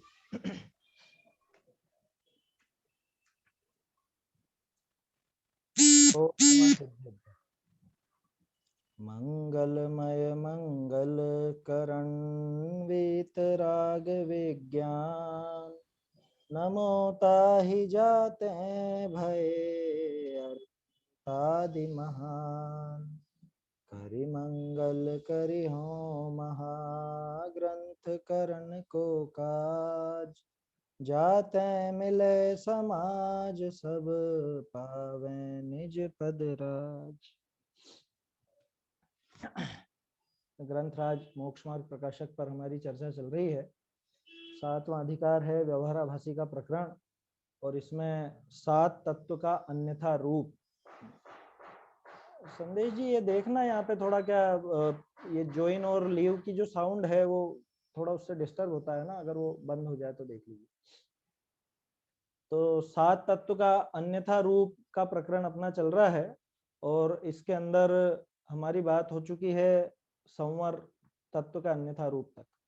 निर्जरा तत्व का अन्यथा रूप क्या बैठा रहता है व्यवहाराभासी के दिमाग में, उस पर हमारी ये चर्चा चल रही है। और कल बहुत बढ़िया प्रकरण था, क्योंकि निर्जरा के बारे में ज्यादातर लोग यही सोचते हैं कि बाहरी वो जो क्रिया है उस क्रिया से तप होगा और उस तप से निर्जरा होगी, क्योंकि तपसा निर्जरा च ऐसा लिखा है तत्वार्थ सूत्र में। तो तप से निर्जरा होती है ऐसा उसने पढ़ा और समझ लिया कि हाँ भाई जो है हम क्रिया करते हैं बाहर में, जो तपश्चरण आदि जो कुछ क्लेश उठाते हैं, जो कुछ हम आगे होकर के अनुकूलता को छोड़ते हैं, प्रतिकूलता को ग्रहते हैं, तो इस सब से निर्जरा हो जाती होगी। तो टोडरमल जी उसका पूरा पूरा भाव समझा रहे हैं कि वास्तव में उस बाहरी क्रिया से कुछ भी होता जाता नहीं है। असल में वो जो बाहरी क्रिया थी, वो जो तप था, उसका प्रयोजन तो इतना मात्र था कि शुद्धोपयोग की वृद्धि, शुद्धोपयोग बढ़े। उस शुद्धोपयोग से ही वास्तव में निर्जरा है, अन्य किसी वस्तु से निर्जरा नहीं होती, अन्य किसी कारण से निर्जरा नहीं होती। अब वो जो शुद्धोपयोग रहता है, उस शुद्धोपयोग के साथ में बाहर में कुछ ऐसी क्रियाएं नजर आती हैं, तो व्यवहार से उन बाहरी क्रियाओं को भी निर्जरा का कारण कह देते हैं, उन बाहरी क्रियाओं को भी तप नाम दे देते हैं। लेकिन वो बाहरी क्रियाएं हों और अंदर में अगर उस अनुसार भाव ना हो तो उनसे कुछ निर्जरा होने वाली नहीं, ऐसा यहाँ तक खुलासा हुआ था। उसके बाद फिर प्रश्न आया था कि भाई शास्त्र में अकाम निर्जरा भी तो कही है, तो इसके बारे में हम पहले चर्चा कर चुके हैं कि अकाम निर्जरा वास्तव में अगर देखा जाए गंभीरता से तो अकाम निर्जरा वैसी निर्जरा नहीं है जैसे मोक्ष मार्ग में निर्जरा बताई जाती है। क्योंकि अकाम निर्जरा में काम तो ये हुआ कि पाप नहीं बंधा बदल के पुण्य बंध गया। पाप का उदय तो आया, जो पाप बांधा था उस पाप का उदय तो आया, लेकिन जब पाप का उदय आया तो अब बदले में फिर से पाप नहीं बांधा, पुण्य बांध लिया। इसको वहां पर अकाम निर्जरा कहा गया। तो प्रश्न क्या था कि शास्त्र में अकाम निर्जरा कहिए, वहां पे बिना इच्छा के भूख प्यास आदि सहने से ही निर्जरा हो जाती है साहब, हम तो जबरदस्ती सह रहे हैं, कि वहां तो बिना इच्छा के जो भूख प्यास सहे जानवर आदि, कभू अकाम निर्जरा करे हैं। गर्मी सहन करना नहीं चाहते लेकिन क्या करें, घर गृहस्थी तो है नहीं, कुछ मकान आदि तो है नहीं जानवरों के, तो गर्मी सहते हैं। बारिश में भीगना तो नहीं चाहते लेकिन क्या करें, छत नहीं है तो बाहर भीगते हैं। हम तो आगे होकर के वो कष्ट सह रहे हैं। जब बिना मर्जी के सहने वालों के अकाम निर्जरा होती है तो हम मर्जी पूर्वक, हमारी खुद की मर्जी से जो है ऐसा काम कर रहे हैं, तो क्या निर्जरा नहीं होगी? ऐसा सामने वाले का प्रश्न था। इस पर हमारा ये आधे पैराग्राफ पर तो बात हुई थी, लेकिन इसमें थोड़ा संशोधन था तो वो चर्चा वहीं पर रह गई। पहले अपन ये पढ़ लेते हैं पंक्तियां, फिर वो जो संशोधन की बात कल मैं आपको बता रहा था उसको आपको हस्तलिखित प्रति से दिखाऊंगा। अकाम निर्जरा में भी क्या कहा टोडरमल जी ने कि तुम जिस अकाम निर्जरा की बात कर रहे हो वहां भी परिणामों में कषायों की मंदता तो चाहिए ही चाहिए, उसके बिना तो वो अकाम निर्जरा भी नहीं होती। क्योंकि अगर बिना उन भावों के, बिना उन शुभ परिणामों के, बिना उन मंद कषाय के अगर अकाम निर्जरा मानो, उससे देवगति होना मानो, फिर तो प्रत्येक तिर्यंच को स्वर्ग ही जाना चाहिए। क्यों? क्योंकि प्रत्येक तिर्यंच के नियम से इतने पाप का उदय तो होता ही है कि उसको बाहर में कुछ प्रतिकूलताएं मिलती है। देखो ये जो प्रकृतियां है ना कर्मों की अलग अलग, इनके साथ सेट चलते हैं, सेट माने इस प्रकृति के साथ ये भी जाएगा, ये भी जाएगा, ये भी जाएगा। ऐसा जैसे मनुष्य आयु अपनी मिली है तो मनुष्य आयु के साथ मनुष्य गति, मनुष्य गत्यानुपूर्वी, संगीपना, पंचेंद्री पना, त्रस पना, ये सारी चीजें, बादर पना, ये सब चीजें ये सेट आता है पूरा का। जैसा आप बच्चे कलर खरीदते हैं, स्केच खरीदते हैं, तो 12 स्केच का सेट आता है, ठीक उसी तरह से प्रकृतियों का भी सेट बना हुआ।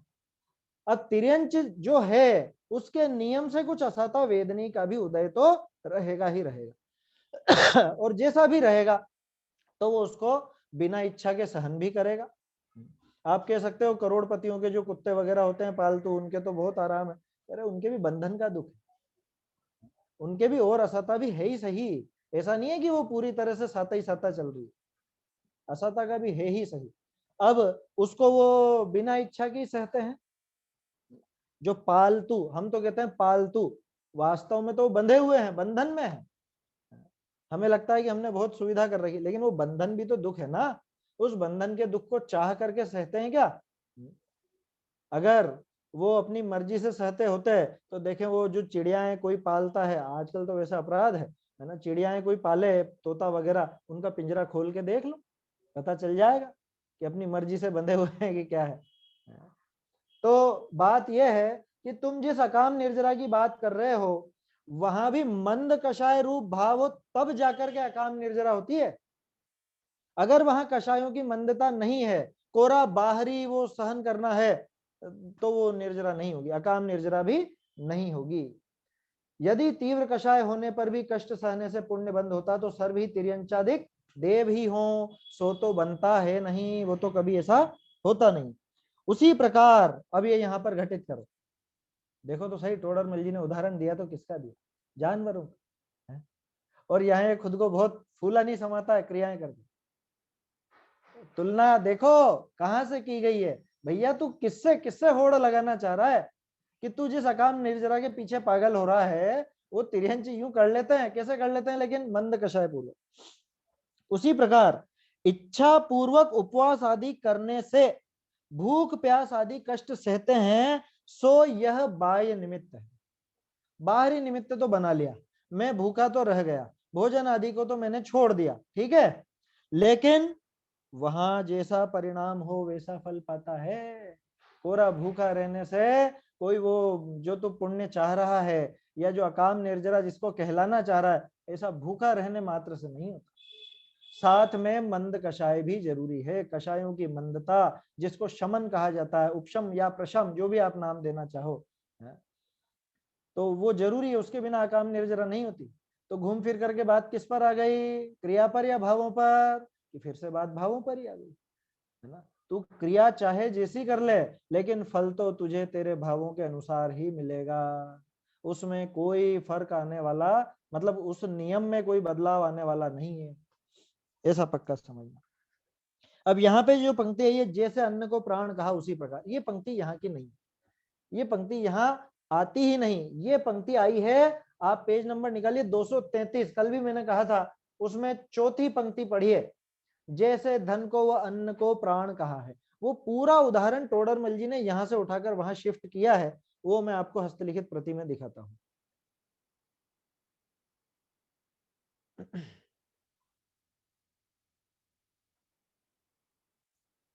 हो गया?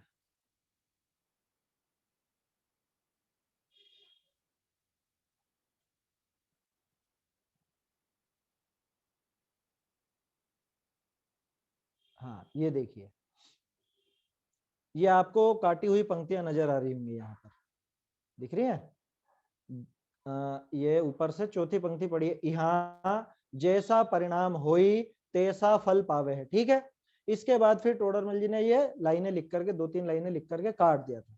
फिर उसके बाद पूरा बड़ा पैराग्राफ और बनाया था, जैसे अन्न को प्राण कहा, सो अन्न ही तो प्राण नहीं, परंतु अन्न भके प्राण पुष्ट रहे हैं, ताते अन्न विषय प्राण का उपचार किया। ये काटी हुई पंक्तियां पढ़ रहा हूं मैं।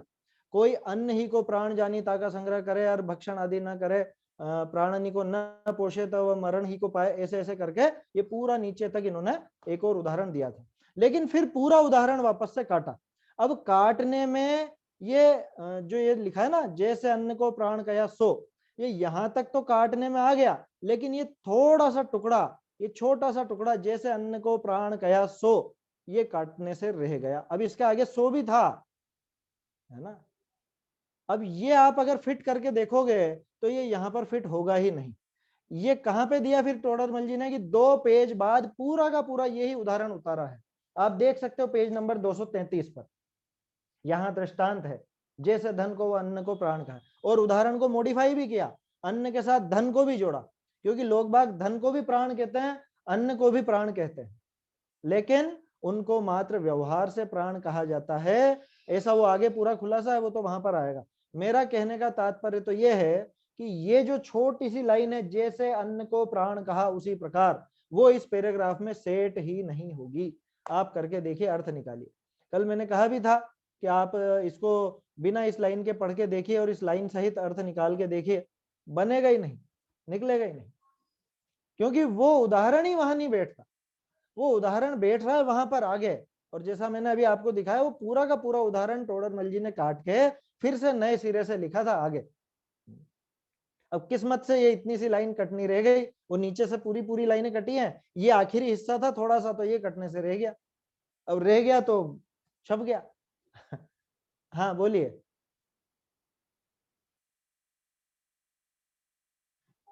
संदेश जी देखना है, विभा जी का ऑडियो चालू करना, प्रश्न पूछना है इनको।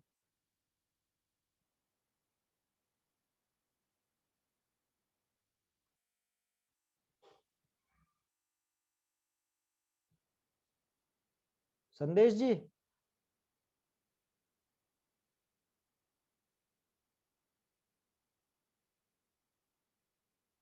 हाँ जय जयनंद, मैं कर रहा हूँ, बोलिए। हाँ हाँ जय जिनेंद्र भाई साहब, विभा जी का ऑडियो चालू कर दीजिए। हाँ 1 मिनट कर रहा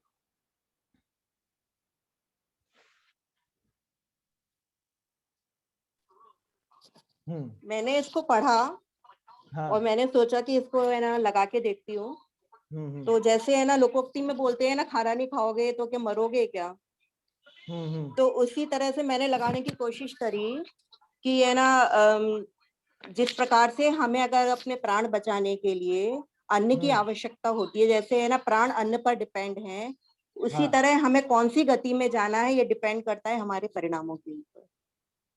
हाँ वो तो है, तो मैंने उसको यहाँ ऐसे एडजस्ट करने का नहीं, ये यहाँ पर असल में ये जो उदाहरण दिया था ना, अन्न को प्राण कहा उसी प्रकार, अब उसी प्रकार क्या, उसी प्रकार किसको सेट कर रहे हैं? अन्न, पहले तो हम ये समझे अन्न को प्राण क्यों कहा। अन्न को प्राण इसलिए कहा गया था क्योंकि अन्न से, अन्न को भक्षण करने पर हमारे प्राण बचते हैं, या हमारे जो प्राण है वो अन्नों से बने हुए हैं, जो भी आपको कहना है ना। मतलब हम भोजन करते हैं, भोजन से प्राण चलता है हमारा, ठीक है, हमारा काम चलता है, हमारा जीवन चलता है, तो भोजन ही जीवन है, जल ही जीवन है, ऐसी लोकोक्ति आपने सुनी होगी, ठीक है। तो अब उसको मतलब व्यवहार से अन्न को प्राण कहा गया, ऐसे व्यवहार से यहाँ पर किसको क्या कह रहे हैं? मतलब है ना मैंने ऐसे बनाया कि है ना परिणामों के माध्यम से ही हमारा स्वर्ग और नरक पर डिसाइड होता है, डिपेंड नहीं, करता यहाँ है। डिसाइड वाली बात नहीं है, यहाँ पे है व्यवहार से उसको जो नाम दिया गया। अन्न को आपने प्राण कह दिया, क्यों कह दिया? क्योंकि अन्न का हम काम, अन्न को काम में लेते हैं तो प्राण चलते हैं। ऐसे यहाँ पर किसको काम में लिया तो नाम दे रहे हैं कुछ, वो नहीं बैठेगा। आप अगर उसको देखेंगे 233 पेज पर, वहां बैठ जाएगा, क्योंकि वहां पे प्रकरण ही यह है कि उपचार से धन धन धन और अन्न को प्राण कहा, ठीक है। उसके बाद आप देखेंगे नीचे, उपचार से अनशन आदि को, प्रायश्चित आदि को तप कहा। आया समझ में? तो वो बात वहां जाकर के खुलती है, क्योंकि सीधा सीधा प्रश्न ये आएगा कि भाई आपने इतना सब कह दिया, हमको ये भी समझ में आ गया कि बाहरी अनशन आदि और ये प्रायश्चित आदि से कोई निर्जरा होती नहीं, तो फिर इनको तप कहा क्यों? मूल प्रश्न ये था। उसके जवाब में टोडरमल जी कह रहे हैं कि इनको तप इस तरह से कहा गया है। किस तरह से? कि जैसे अन्न को प्राण कहा, वैसे ही अनशन आदि को तप कहा, क्योंकि अन्न का भक्षण करने पर, धन को काम में लेने पर प्राण बचते हैं, प्राणों का काम चलता है। ठीक उसी तरह से बाहर में ये जो अनशन आदि जो भी हमारी क्रियाएं हैं, वो सब आपको ध्यान हो तो सबसे पहली बात क्या देखी थी? निर्जरा तत्व के अन्यथा रूप में अपन ने इनका प्रयोजन, इनका प्रयोजन क्या था? शुद्धोपयोग की वृद्धि। तो इनके माध्यम से हम शुद्धोपयोग के नजदीक आ जाते हैं, इस वजह से हम इनको भी तप कह देते हैं। तो तो ये उदाहरण असल में वहीं लगेगा, यहाँ पे बैठेगा ही नहीं। कैसे बैठेगा? जैसे अन्न को प्राण कहा उसी प्रकार क्या? क्योंकि बात तो ये चल रही है कि इच्छा पूर्वक उपवास आदि करने से भूख प्यास आदि कष्ट सहते हैं, सो ये सब बाह्य निमित्त है, परंतु वहां जैसा परिणाम हो वैसा फल पाता है। जैसा परिणाम हो वैसा फल पाता है। जैसे अन्न को प्राण कहा उसी प्रकार। उदाहरण ही समझ में नहीं आएगा यहाँ, वो बैठेगा नहीं। आप लगा के देखिए, वो बात आप जो कहना चाह रहे हैं वो अलग हो गई कि हमारे परिणामों के अनुसार ही हमारी गति बनती है ना।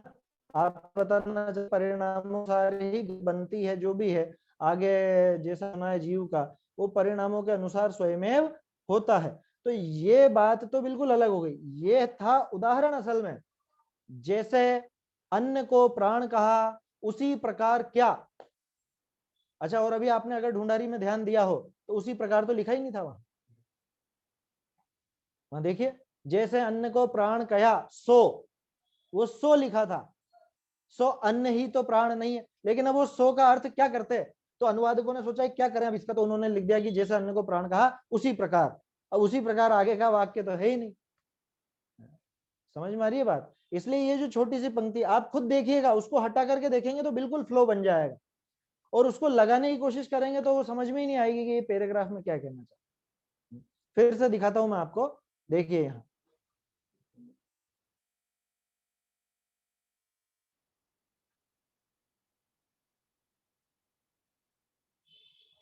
है ना, जैसे परिणाम होई तैसा फल पावे।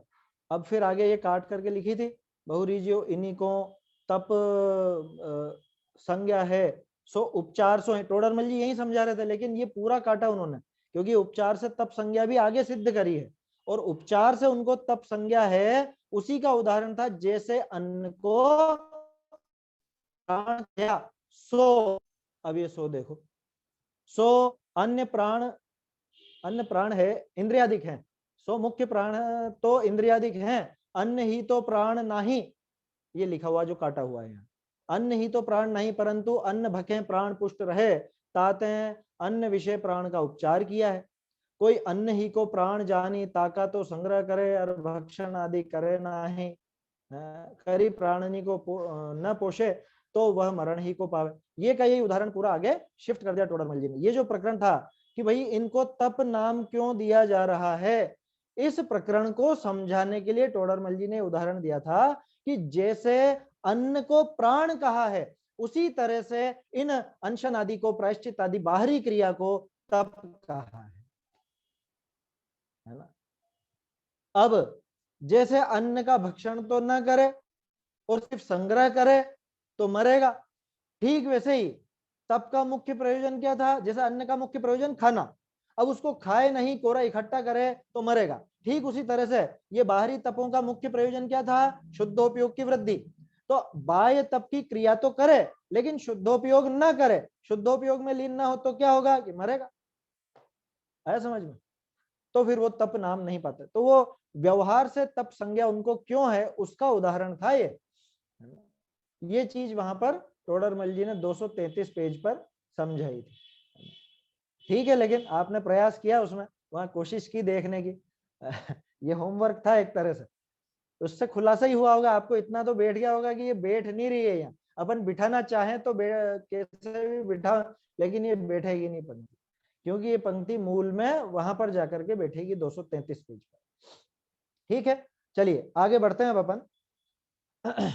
इसके बाद समझा रहे हैं टोडरमल जी, बहुरी ऐसा बाह्य साधन भय अंतरंग तप की वृद्धि हो है, ताते उपचार करी इनको तप कहे। क्या?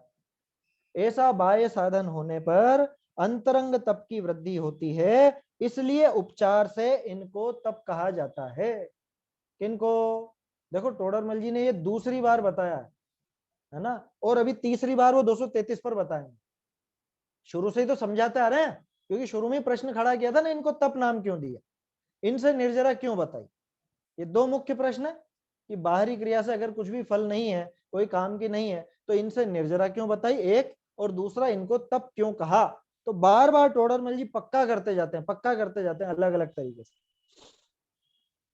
तो ऐसा बाह्य साधन होने पर कैसा बाह्य साधन होने पर? कि बाहर वो अंशनादि बाह्य साधन होने पर अंतरंग तप की वृद्धि होती है, जो कि उसका प्रयोजन था। अंतरंग तप क्या था? इच्छा निरोधस तप, इच्छाओं का निरोध। और वो कैसे होगा? वो शुद्धोपयोग पूर्वक होगा, अथवा इच्छाओं के निरोध से शुद्धोपयोग होगा, कि कुछ भी लगा लो, दोनों एक दूसरे के पूरक हैं। तो बाह्य साधन होने पर अंतरंग तप की वृद्धि होती है, इसलिए उपचार से इनको तप कहा। वही लगाओ आप तो, जो शुरू में अपन ने समझा था इनका स्वरूप, कि आज उपवास किया, अब क्या होगा? कि समय मिल गया, मुझे समय मिल गया, तो मैंने उस समय का क्या किया? मैंने उस समय का ये काम किया कि तत्व विचार ज्यादा चलाया, तत्व विचार मेरा गहरा होता गया, गहरा होता गया, गहरा होता गया, अनुभूति हुई या शुद्धोपयोग हुआ। तो इस तरह से उस शुद्धोपयोग का कारण कौन बन गया? साधक कौन बन गया? वो भूखा रहना। तो उस भूखे रहने को भी हमने तप कह दिया। बात समझ में आई? विकल्प बहुत खड़े होते थे कि आज ऐसा बना वैसा बना, मन से ही छोड़ दिया नमक, बिना नमक का ही खाना, छुट्टी। तो बिना नमक का मैंने खुद ने मन से छोड़ा है, तो अब क्या होगा? विकल्प खड़े नहीं होंगे। वो विकल्प खड़े नहीं होंगे तो इधर आत्मा की तरफ तत्व विचार के मैं उपयोग, तत्व विचार का उपयोग लगाऊंगा, या आत्मा की तरफ उपयोग लगाऊंगा, तत्व विचार करूंगा, शुद्धोपयोग की तरफ आगे बढ़ूंगा। कदाचित शुद्धोपयोग हो गया, आत्मलीनता हो गई, तो वो रस परित्याग उसमें साधक बन गया। समझ में आई बात? इस तरह से उनका बाहरी साधन करने पर अंतरंग तप की वृद्धि होती है माने हो सकती है। जिसके होती है उसकी बात चल रही है, और जिसके नहीं हो उसके क्या है वो तो आगे बताएंगे। ताते उपचार करी इनको तप कहे। जो बाह्य तप तो करे, जैसा ज्यादातर लोग करते हैं, बाहरी तप तो करे और अंतरंग तप ना होई, तो उपचार ते भी वाको तप संज्ञा नहीं। लो कितनी कठोर भाषा में कह दिया कि बाहरी भूखा रहना इत्यादि वो सारा काम तो किया, लेकिन अंतरंग तप नहीं हुआ, इच्छाओं का निरोध नहीं हुआ, कषायों का शमन नहीं हुआ, शुद्धोपयोग का प्रयास नहीं हुआ, तत्व विचार नहीं चला, तो तब तो फिर आपका वो बाहरी तप भी नहीं कहलाएगा। क्यों? कि शक्कर का डब्बा कब तक शक्कर का डब्बा कहलाता है? जब तक उसमें शक्कर हो। शक्कर ही नहीं है तो किस बात का शक्कर का डब्बा? समझ में आ रही है बात? बिल्कुल सीधा सा उदाहरण है, घर घर का उदाहरण है। आप शक्कर के डब्बे को कब तक शक्कर का डब्बा कहोगे? कि जब तक उसमें शक्कर रखी है तब तक। आपने उसमें मिर्चियां भर दी, उसी दिन से वो मिर्चियों का डब्बा कहलाया। अब आप ये बताओ, ये सोच लो, यहाँ ये जो बाहरी तप है, बाहरी जो भूखा रहना इत्यादि जो भी है, ये है अपना डब्बा, ठीक है। अब इसमें कौन सी चीज भरी हुई है? अगर इसमें शुद्धोपयोग भरा हुआ है तब तो ये डब्बा शुद्धोपयोग का डब्बा माने तप कहलाएगा। और अगर अंदर कषाय भरी हुई है तब क्या कहलाएगा? तब फिर ये तप नहीं कहलाएगा, तब फिर ये लंघन कहलाएगा, तब फिर ये व्यर्थ का क्रियाकलाप कहलाएगा, तब फिर ये व्यर्थ का बोझा ढोना कहलाएगा। अभी शाम को आत्मानुशासन का स्वाध्याय होता है, उसमें अभी आगे छंद आएंगे ऐसे। क्या सम्यक दर्शन में ऐसी क्या विशेष बात है? तो उन्होंने कहा सम्यक दर्शन के बिना ये जो ज्ञान है, चारित्र है, तप है, ये सब कैसे हैं? ये सब पत्थर के ढेले हैं।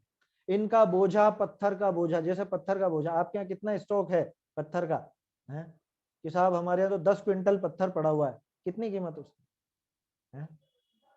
और सम्यक दृष्टि के वो एक मणि है, मणि इतनी सी, वो मणि कितने ग्राम की? 5-10 ग्राम की मान लो, वो तो क्विंटलों का स्टॉक।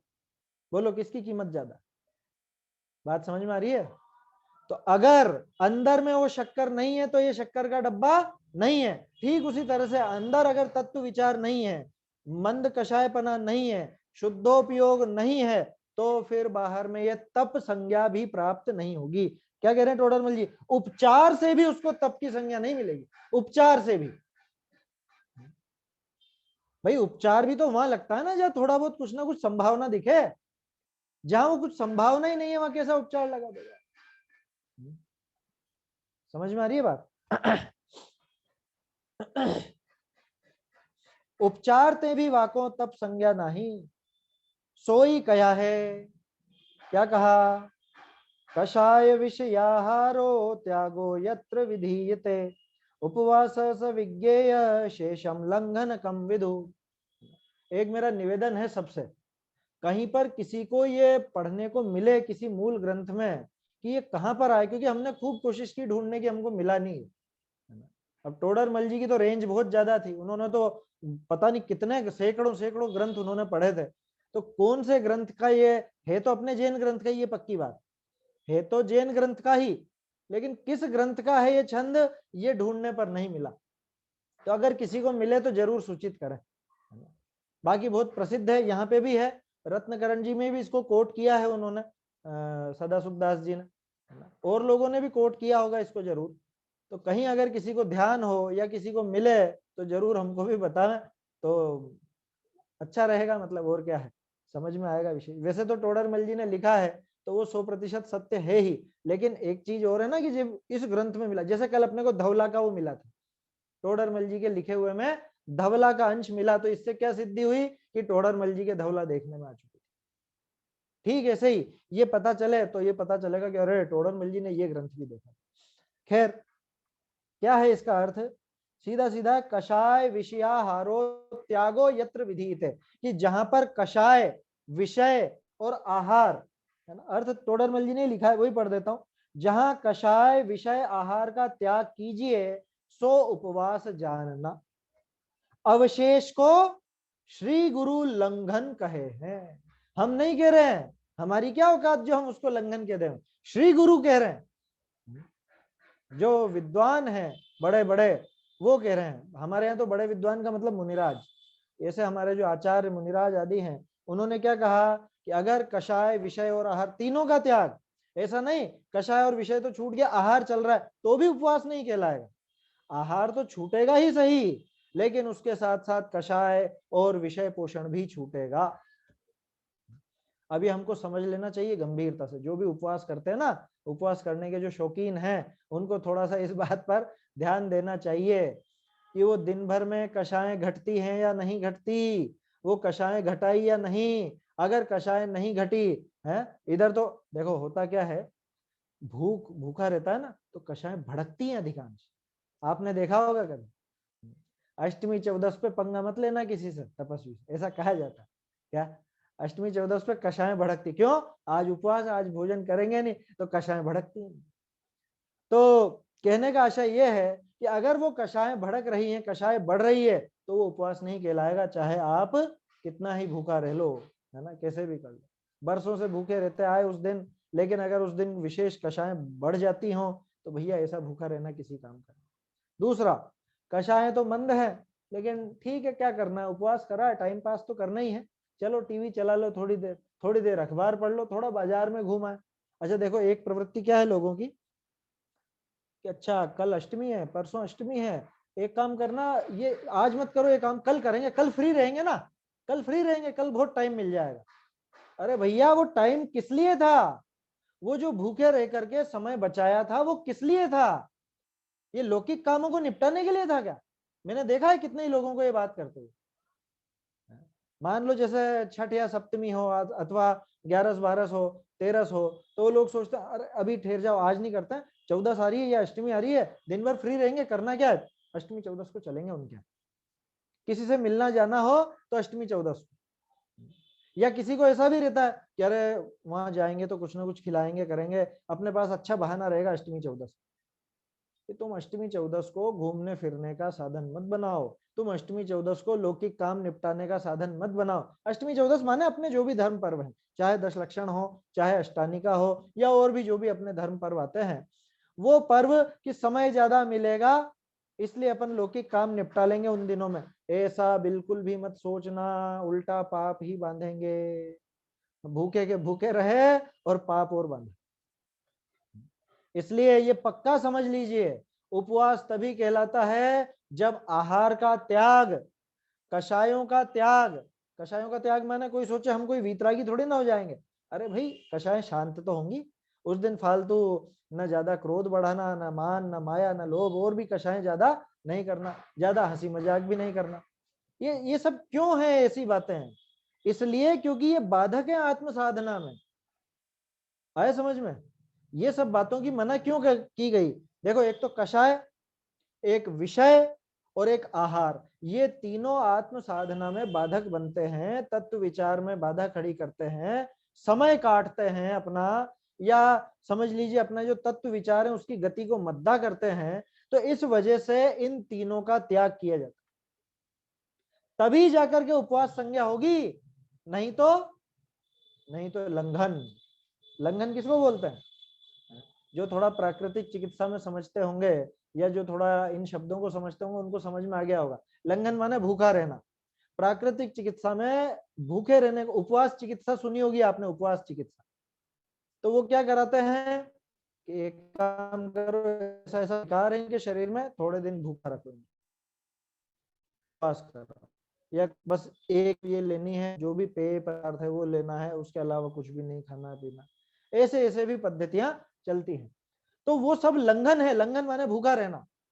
गांधी जी करते थे उपवास पद्धति से उपचार, क्या उपवास की पद्धति से गांधी जी भी उपचार किया करते थे। तो उसको कहते हैं लंघन। लंघन माने पेट काटना। पेट काटना माने भूखा रहना। तो यूं नहीं समझ ले पेट काटना माने कुछ है उनका पेट काट दिया। तो कषाय विषय आहार का त्याग किया जाता है, उसको ही उपवास जानना। अगर तीनों में से एक भी चीज बाकी है, कषाय बाकी है, विषय बाकी है या आहार बाकी है, तो वो आपका उपवास नहीं है, वो लंघन है। और यही परिभाषा हर एक तप पर लगाना। क्या बाकी तपों में आहार का त्याग भले नहीं लगेगा, लेकिन कषाय और विषय तो छूटेंगे ही छूटेंगे। क्यों? क्योंकि इच्छा निरोधस तप, इच्छा का नाम ही कषाय है और इच्छा विषय भोगों की होती है। तो इच्छा का निरोध तो होगा ही होगा, तभी जाके तप कहलाएगा, है ना। उपवास में आहार भी जोड़ लेना, बाकी के जो 11 तप हैं उनमें ये कषाय और विषय इन दोनों का त्याग तो होगा ही होगा। त्याग माने कोई पूरी तरह से खत्म हो जाए ऐसा तो नहीं होता, क्योंकि वीतरागी तो नहीं होगा, लेकिन कषायों का शमन तो होगा। विषयों के प्रति विरक्ति तो आएगी, या विषयों के प्रति आसक्ति का भाव घटेगा तो सही, कि नहीं घटेगा। पांचों इंद्रिय के विषय भोगों में हमारी आसक्ति नहीं घटे और हम उपवास करें या पूरे 12 तप हम तपस्वी हैं ऐसा नाम धराएं, वो बिल्कुल भी उचित नहीं। यहां कहेगा, देखो बहुत बढ़िया प्रश्न है ना। ये सोचो आप 300 साल पहले भी ये बात चलती थी और आज भी बहानेबाज लोग ऐसा बहाना बनाते हैं। कैसा?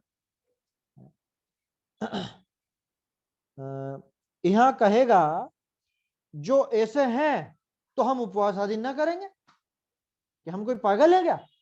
हम भूखे के भूखे रहें और तुम हमको तपस्वी भी नहीं मानो।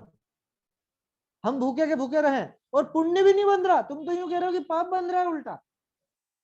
हम कोई पागल थोड़ी ना जो तप करेंगे। फिर ताको कहिए है कि भैया उपदेश तो ऊंचा चढ़ने को दीजिए है, तो उल्टा नीचा पड़ेगा तो हम कहा करेंगे। जो तू माना दिखते उपवास आदि करे है तो करी व मति करे, किछु सिद्धि नहीं। और जो धर्म बुद्धि ते आहार आदि का अनुराग छोड़े है तो जेता राग छूटिया तेता ही छूटिया, परंतु इसी को तप जानी इसते निर्जरा मानी संतुष्ट मति हो। बहुत काम का पैराग्राफ है अपने, क्या बहुत काम का। उपदेश किस लिए दिया जाता है? ऊपर चढ़ने के लिए। ये बात है ना, अन्य जो बाहरी अपने साधन होते हैं, धर्म साधन, जैसे पूजा है, विधान है, पाठ आदि है, इन सबको जब अपन कहते हैं कि अरे ये निश्चय से धर्म नहीं है, असली धर्म नहीं है, तो बहुत से क्या कहते हैं, अच्छा ठीक है छुड़ा रहे हो हैं, मंदिर भी छुड़ा दो, पूजा भी छुड़ा दो, सब छुड़ा दो। अरे कौन छुड़ा रहा भैया? छुड़ाने के लिए प्रेरणा नहीं दी गई। उपदेश ऊंचा चढ़ने को दिया जाता है। इसको ऐसे समझिए जैसे किसी व्यक्ति, कोई व्यक्ति है वो 5,000 रुपए की नौकरी करता है ना। अब आज के जमाने में क्या होता है 5,000 की नौकरी से? 5,000 में क्या चलेगा? तो सर क्या 5,000 की नौकरी करता? 5,000 की नौकरी मत कर, छोड़ दे। अच्छा 5,000 की नौकरी से कुछ नहीं होगा क्या? हाँ कुछ भी नहीं होगा। क्या क्या दम है 5,000 की नौकरी? लो छोड़ी। अब क्या करा छोड़ के? क्या आपने कहा था छोड़ने की? हम तो छोड़ करके घर बैठ गए। पहले एक टाइम खा तो लेता था, अब तो एक टाइम तो दोनों टाइम बिल्कुल फाका कशी हो रही है, भूखा मर रहा है। अब थोड़े दिन बाद मिले कि ये क्या हाल हो गया तो भैया तुम्हारा, कि आपने ही तो कहा था नौकरी छोड़ दे 5,000 की। अरे हमने तो कहा था 5,000 की छोड़ 15, 20,000, 30,000 की कर, ये आशय था। अब तूने तो छोड़ पकड़ लिया बस वो कि 5,000 की नौकरी छोड़ दे, और छोड़ करके घर पर बैठेगा, तब फिर क्या होगा? भूखे मरने की नौबत आएगी या नहीं? तो उपदेश तो ऊंचा चढ़ने को दिया जाता है। तो जब हम कह रहे हैं कि इस बाहरी क्रिया से कुछ भी होना जाना नहीं है, इससे तुझे कोई विशेष लाभ होना नहीं है, तो कोई इसलिए नहीं कह रहे हैं कि तू ये छोड़कर पाप क्रिया में लग। हम तो इसलिए कह रहे हैं कि तू इसको छोड़ करके कहां पे जा? कि तू शुभ को छोड़कर शुद्ध में जा। शुभ में दम नहीं है, शुभ छोड़ने लायक है, ये क्यों कहा गया? अशुभ में जाने के लिए? अरे शुभ को छोड़ करके शुद्ध में जाने के लिए। जैसे कोई घंटों से वहां बैठा हो, वही रेलवे स्टेशन अपना है ना, प्लेटफॉर्म पर बैठा है, ट्रेन आई और निकल गई, और बहुत सी बार ऐसा हो गया कि क्या बैठा रहता है यहाँ पे, पागल है, बिना काम ही यहीं पे बैठा रहता कि लो जा रहा मैं तो अब। या तू बाजार घूमने निकल जाएगा तो जो ट्रेन आने वाली है वो भी छूट जाएगी। इसी को आप प्रैक्टिकली ऐसे समझिए। कैसे? जैसे कोई व्यक्ति कभी मंदिर में नहीं आता, दर्शन तक करने भी नहीं आता, उसको क्या प्रेरणा दी जाएगी? अरे क्या बाहर घूमता रहता है, कभी मंदिर भी आया कर भैया, दर्शन वर्शन करा कर। ठीक है साहब, आने लग गया। अब वो महीने भर तक आया, उससे कहा दर्शन में क्या दम है, तू दर्शन करके और चला जाता है ऐसे कैसे ही? उसका क्या आशय है? दर्शन मत कर ऐसा, कह रहे थोड़ा रुक, पूजा वगैरह भी कर, थोड़ा समय बिता भगवान के सामने, ये अर्थ है ना। वो करने लग गया। अब थोड़े दिन बाद फिर उससे क्या कहेंगे अपन? कह रहे भैया पूजा वूजा से कुछ भी नहीं होता। क्यों रे? पूजा से कुछ नहीं होता, मैं इतने दिनों से पूजा कर रहा हूँ, छोड़िए आज से। अरे पूजा से कुछ नहीं होता का अर्थ ये था, थोड़ा स्वाध्याय कर तो समझ में आएगा, पूजा का अर्थ भी समझेगा, तेरे भाव भी बदलेंगे। तो उपदेश क्यों दिया जा रहा है? वो जो निषेध परक उपदेश भी क्यों दिया जा रहा है? कि आगे बढ़े, आगे बढ़ने के लिए उपदेश है। आया समझ में? अब तू ऐसी हेकड़ी लगाएगा है, तू ऐसा क्या लिखा टोडर मल जी ने, तू उल्टा नीचा नीचा पड़ेगा तो हम क्या करेंगे? हम क्या करेंगे भैया? जो तू मानादित्य उपवास करे है ना, मान से, मान कषा आदि से कि अरे हम बड़े तपस्वी, हमने बड़ा काम किया है, किसी ने किया क्या? मेरा रिकॉर्ड है, पूरे 10 वास करेंगे, 10 वास करे 10 लक्षण, या हर 10 लक्षण में करते हैं हम तो। अगर तू ऐसी मान कषाय से ये करता है तो कर, चाहे मत कर, कोई सिद्धि नहीं। क्यों? कि तूने आज तक पाप ही बांधा, कषाय का ही पोषण किया है। होते हैं ना बहुत से, वो क्रिया करके खुद को बहुत ऊंचा समझने लग गए। अगर तू मान कषाय से, मान आदि, आदि लिखा है, अब कुछ भी कारण हो सकते हैं। किसी के उपवास में, महिलाओं के उपवास में तो क्रोध भी कारण हो सकता है कि अच्छा मेरी बात नहीं मानी, लो छोड़ा आज का खाना, छोड़ा आज का उपवास। तो क्रोध वशात भी उपवास हो जाते हैं बहुत से। किसी के मान वश भी उपवास होते हैं, माया वश भी होते हैं। क्या पति देव कोई चीज नहीं दिला रहे हैं, नहीं खाना है ना, कि कब तक नहीं खाएंगे? जब तक कुछ वो अपने पसंद की वस्तु नहीं दिला देंगे। हैं जो भी मांगा था, हार है या कंगन वंगन है, देखो उनको मिला था, अपन भी उपवास करेंगे तो अपने को भी मिल जाएगा, ये लोभ भी आ गया साथ में। तो कोई भी कषाय के कारण हो सकता है ऐसा, ऐसी कोई बड़ी बात नहीं। अगर किसी कषाय के वशीभूत होकर तो ये उपवास आदि करता है तो कर, चाहे मत कर, कोई सिद्धि नहीं है। कहने का अर्थ यह है कि ये उपवास तप आदि करने हैं, कोई सा भी उपवास आदि करना है, तप करना है, तो आपको कषाय छोड़ करके ही करना चाहिए, कषाय और विषयों से विरक्त होकर के ही करना चाहिए, किचु सिद्धि नहीं।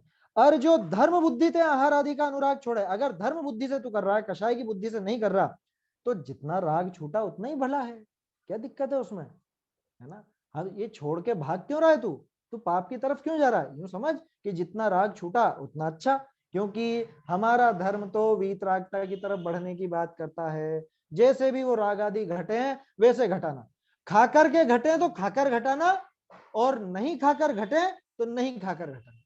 आया समझ में? मतलब भूखा रह करके घटे तो भूखा रह करके घटाना।